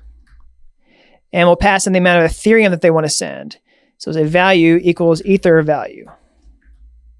So we're going to put in, ether amount, right? So ether amount, we're going to pass this into the function and send it in here. So when this happens, we're going to say this set state loading. True. All right. And then essentially this is going to be asynchronous. So we want to wait for it to finish. We'll say on transaction hash, pass in the hash. And then do an arrow function here. It's getting kind of long, sorry. We'll set the loading to false. So we'll say this, set state loading false. Okay. So we could probably like, you know, do this or something. Make this a little more readable. Looks kind of silly too, but you get the idea. All right. So it's working. All right. So actually, you could just do this as a one-liner. Let's do that. That might be a little cleaner. See if it still compiles. No, it didn't work. Let's just go back and... Sorry, everybody. All right. Awesome. Good enough for now. Actually, you know what? I'm going to make this all one line. This is starting to get kind of funny. It's kind of long, but at least it's correct. All right, so sorry about that little detour. So now what we want to do is pass this function down to the component. How do we do that? Well, we go down here and we say buy tokens equals this dot buy tokens. All right. And then now go to main.js and inside this function, we're going to actually purchase the tokens, because we have access to that now. So let's calculate the amount of ether we want to buy. We say let ether amount, say ether amount equals this input dot value to string. All right, that's this input right here. We said, you know, this, right? We take that value and we say ether amount equals window.web3.utils two-way, right? Ether amount ether. And then we say this dot props dot buy tokens and then pass in the ether amount. And now when we submit this form, we should see a Metamask confirmation pop up, click sign it, and it should purchase. So before we do this, I hope it works, but take note, the Ethereum balance is 97. The token balance is 0. So let's go buy, 200 tokens. So we should see our ETH balance go down to like 95 point something, and our token balance go up to 200. So let's click swap, and I had a MetaMask confirmation pop up off screen. Click confirm. And boom, there we go. Awesome. So I've got 200 tokens and my ether balance went down. So it is working. Awesome. So congratulations. We've come really far in this tutorial series so far. We've got a way to purchase tokens with the client-side website. You can see the rate calculation here before you purchase. It's a really nice user experience. You can just sign the transaction, actually buy them like this. So in the next, we're going to create a way to sell tokens. All right, we'll be able to, kind of bounce back and forth between a buy form and a sell form, and we'll be able to swap them. So let's go ahead and open up the main component. All right, we got 2 components so far. Well, 3. The app.js, this is the one where we do most of the work. The main component, this is the main content, I guess I should say. This is where the buy form currently is. And then we have the nav bar. So let's create a new component, and we'll call this buy form, capital B, capital F for form.js. All right. And we'll just copy this main content, put it in buy form. And then we want to take the form content. All right. Take all this content all the way to the ending form tag and take it out, and then take out all this. All right. And inside this return, all you should have is the form code. All right. So do form like this. All right. So we'll change, let's see here, main. We'll change this to form or buy form. Okay. And then, ETH logo. This all looks right to me. Yep. All good. So now we'll import this into main. So we'll take out ETH logo, all that kind of stuff. We'll say import buy form from buy form. Okay. And then right here where we have this form, let's just replace it with the buy form. All right. And now we're going to pass down all the data that we need to the buy form, right? Because we have some functions inside of there. So basically we'll just say, buy form, and then we'll add like ETH balance. Say this dot props, ETH balance. Okay. And then we'll do this. We'll say token balance, this dot props dot token balance. And one more time, we'll do buy tokens. Okay, so this is the balance for Ether. This is the token balance, and this is the buy tokens function. So now we should go back to our page, and it should still look the same. Yep, let's make sure it still works. Let's just buy 100 tokens with 1 Ether. Well, let's do decimals just to make sure it works properly. So do 50 tokens with half an Ether. Click swap. You should see Metamask pop up. Click confirm. And there we go. Now we have 250. All right, so the buy form still works. We've refactored this. So now what we want to do is create a sell form as well. All right, so I'm just going to copy this. Well, let's just do it this way. New file, sell form.js. Paste all this code in here. And for now, let's just take out the form and just say, div, say sell form. All right, and then sell form. We're just going to, have a placeholder so that we can switch in between the forms. Okay. So the buy form still works. And inside the main.js component, what we want to do is track the current form that's selected. Okay. So basically, we don't need this output here anymore because this got moved to the buy form. We're going to say current form,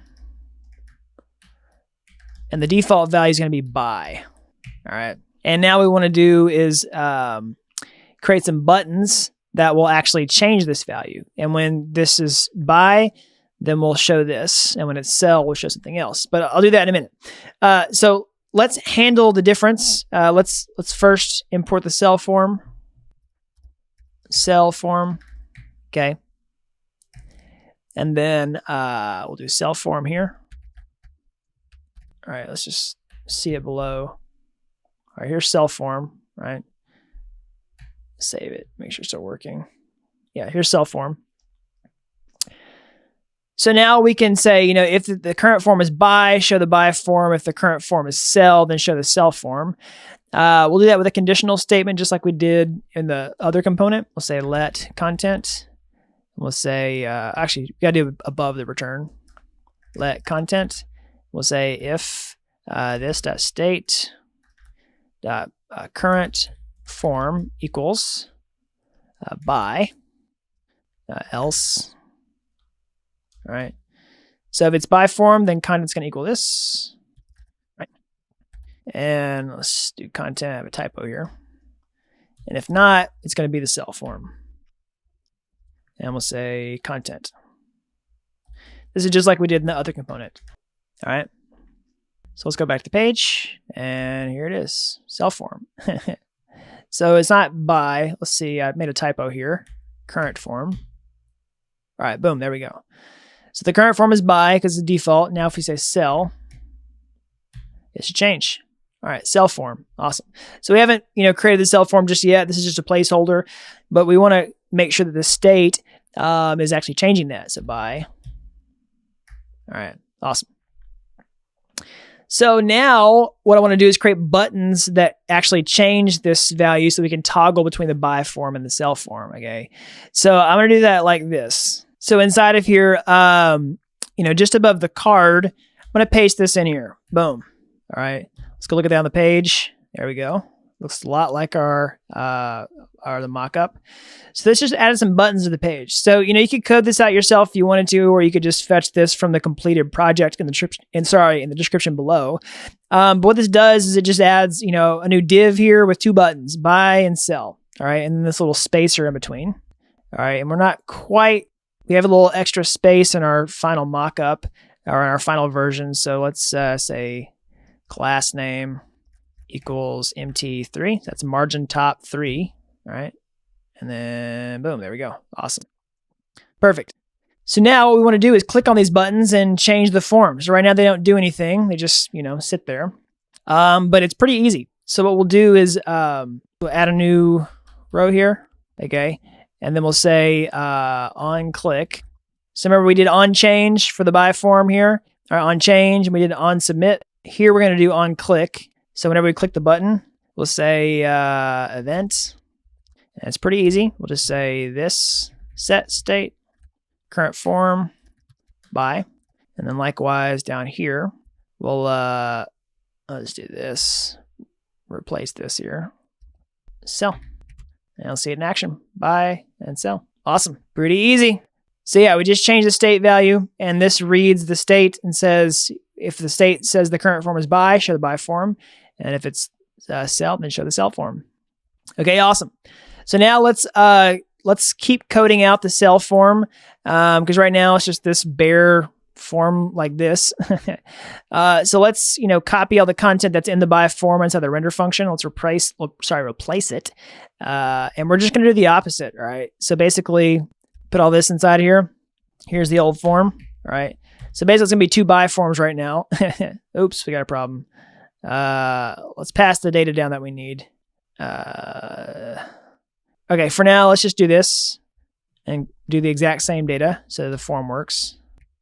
All right, so sell works. Okay, it looks the exact same. That's because it is the exact same. And let's change this, okay? So we're going to reverse this. First, let's change the tokens. So we'll just do it one by one here. First, this should be token balance. All right, the input is now tokens because they're going to sell them. All right, and then whenever we're converting the values, the ether amount should be token amount. And instead of multiplying it by 100, it should be divided by 100, right? Because you sell the tokens, divide them by 100. All right, and then that's the output. Okay, and then instead of ETH logo, we'll say token logo and say Dapp. Let's actually just copy this, do this. Oops, sorry. And we'll go ahead and swap these. Okay. And then for the output, this will be ether balance or ETH balance. All right. And then I'll do ETH logo. Okay. And then exchange rate we could say, 100 Dapp equals 1 ETH. And then swap. And that should work. Let's click at sell. Yeah, there you go. So the balance is now 250 for tokens and then 95 for ether. And we see the exchange rate change as well. All right, boom, there we go. So the last thing we want to do is wire up the form submission. So we'll do it like this. Basically, we'll change some values here. So instead of ether amount, it's going to be token amount. All right, this input value to string. All right, so we'll say sell tokens here. And it's going to blow up because it doesn't know what sell tokens is, or ether amount. So say ether amount. Sorry.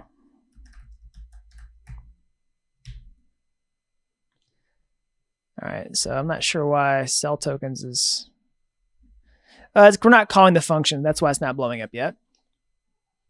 All right, so now let's change this. So we're done with buy form. So we'll go sell tokens here. All right, for the sell form. All right.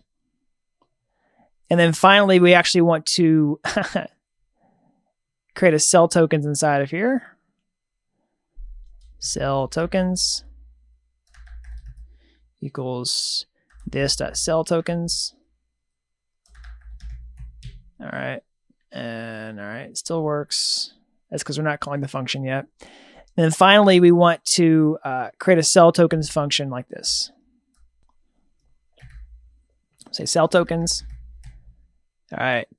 And the sell tokens function is going to work a little bit differently. So it will be the token amount. It's going to be the opposite.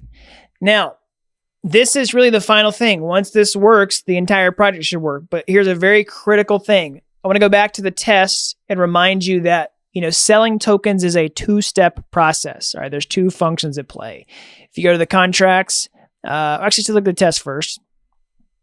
Whenever we do sell tokens, remember the investor must approve the tokens before the purchase. All right, because the ETH swap token, the ETH swap exchange contract sells it for the investor, and the investor must say, yes, approve the tokens before that happens. All right.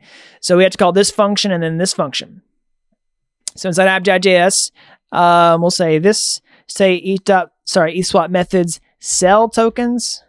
Actually, no, sorry. We're not going to call this on the exchange. We're going to call on the token first. So token methods. All right. And then approve, right? Must be approved first. And we want to do the approval to this.state ETH swap.address. All right. And we want to do the token amount. We want to say, yes, you can sell the number of tokens that I'm telling you to. All right. Then we do send. We don't do value here. We just say from this.state.account. All right, and then on transaction hash, that's okay. Once that's finished, then we sell the tokens. Say this.state ETH swap methods sell tokens, token amount. All right, and then send. So just like we did here, I'm just going to copy this like literally. Oops, sorry. And then we copy this. All right, and then we set the state loading to false. All right, now let's give it a try. So let's go back to the page here. So here's the buy. Let's make sure it still works. Let's buy 100 tokens. Click swap. Metamask will pop up. Click confirm. All right, so there we go. We got 100 more tokens. Now let's go sell those 100 tokens. 100. We should get 1 Ether back. Click swap. Oh, we got a problem.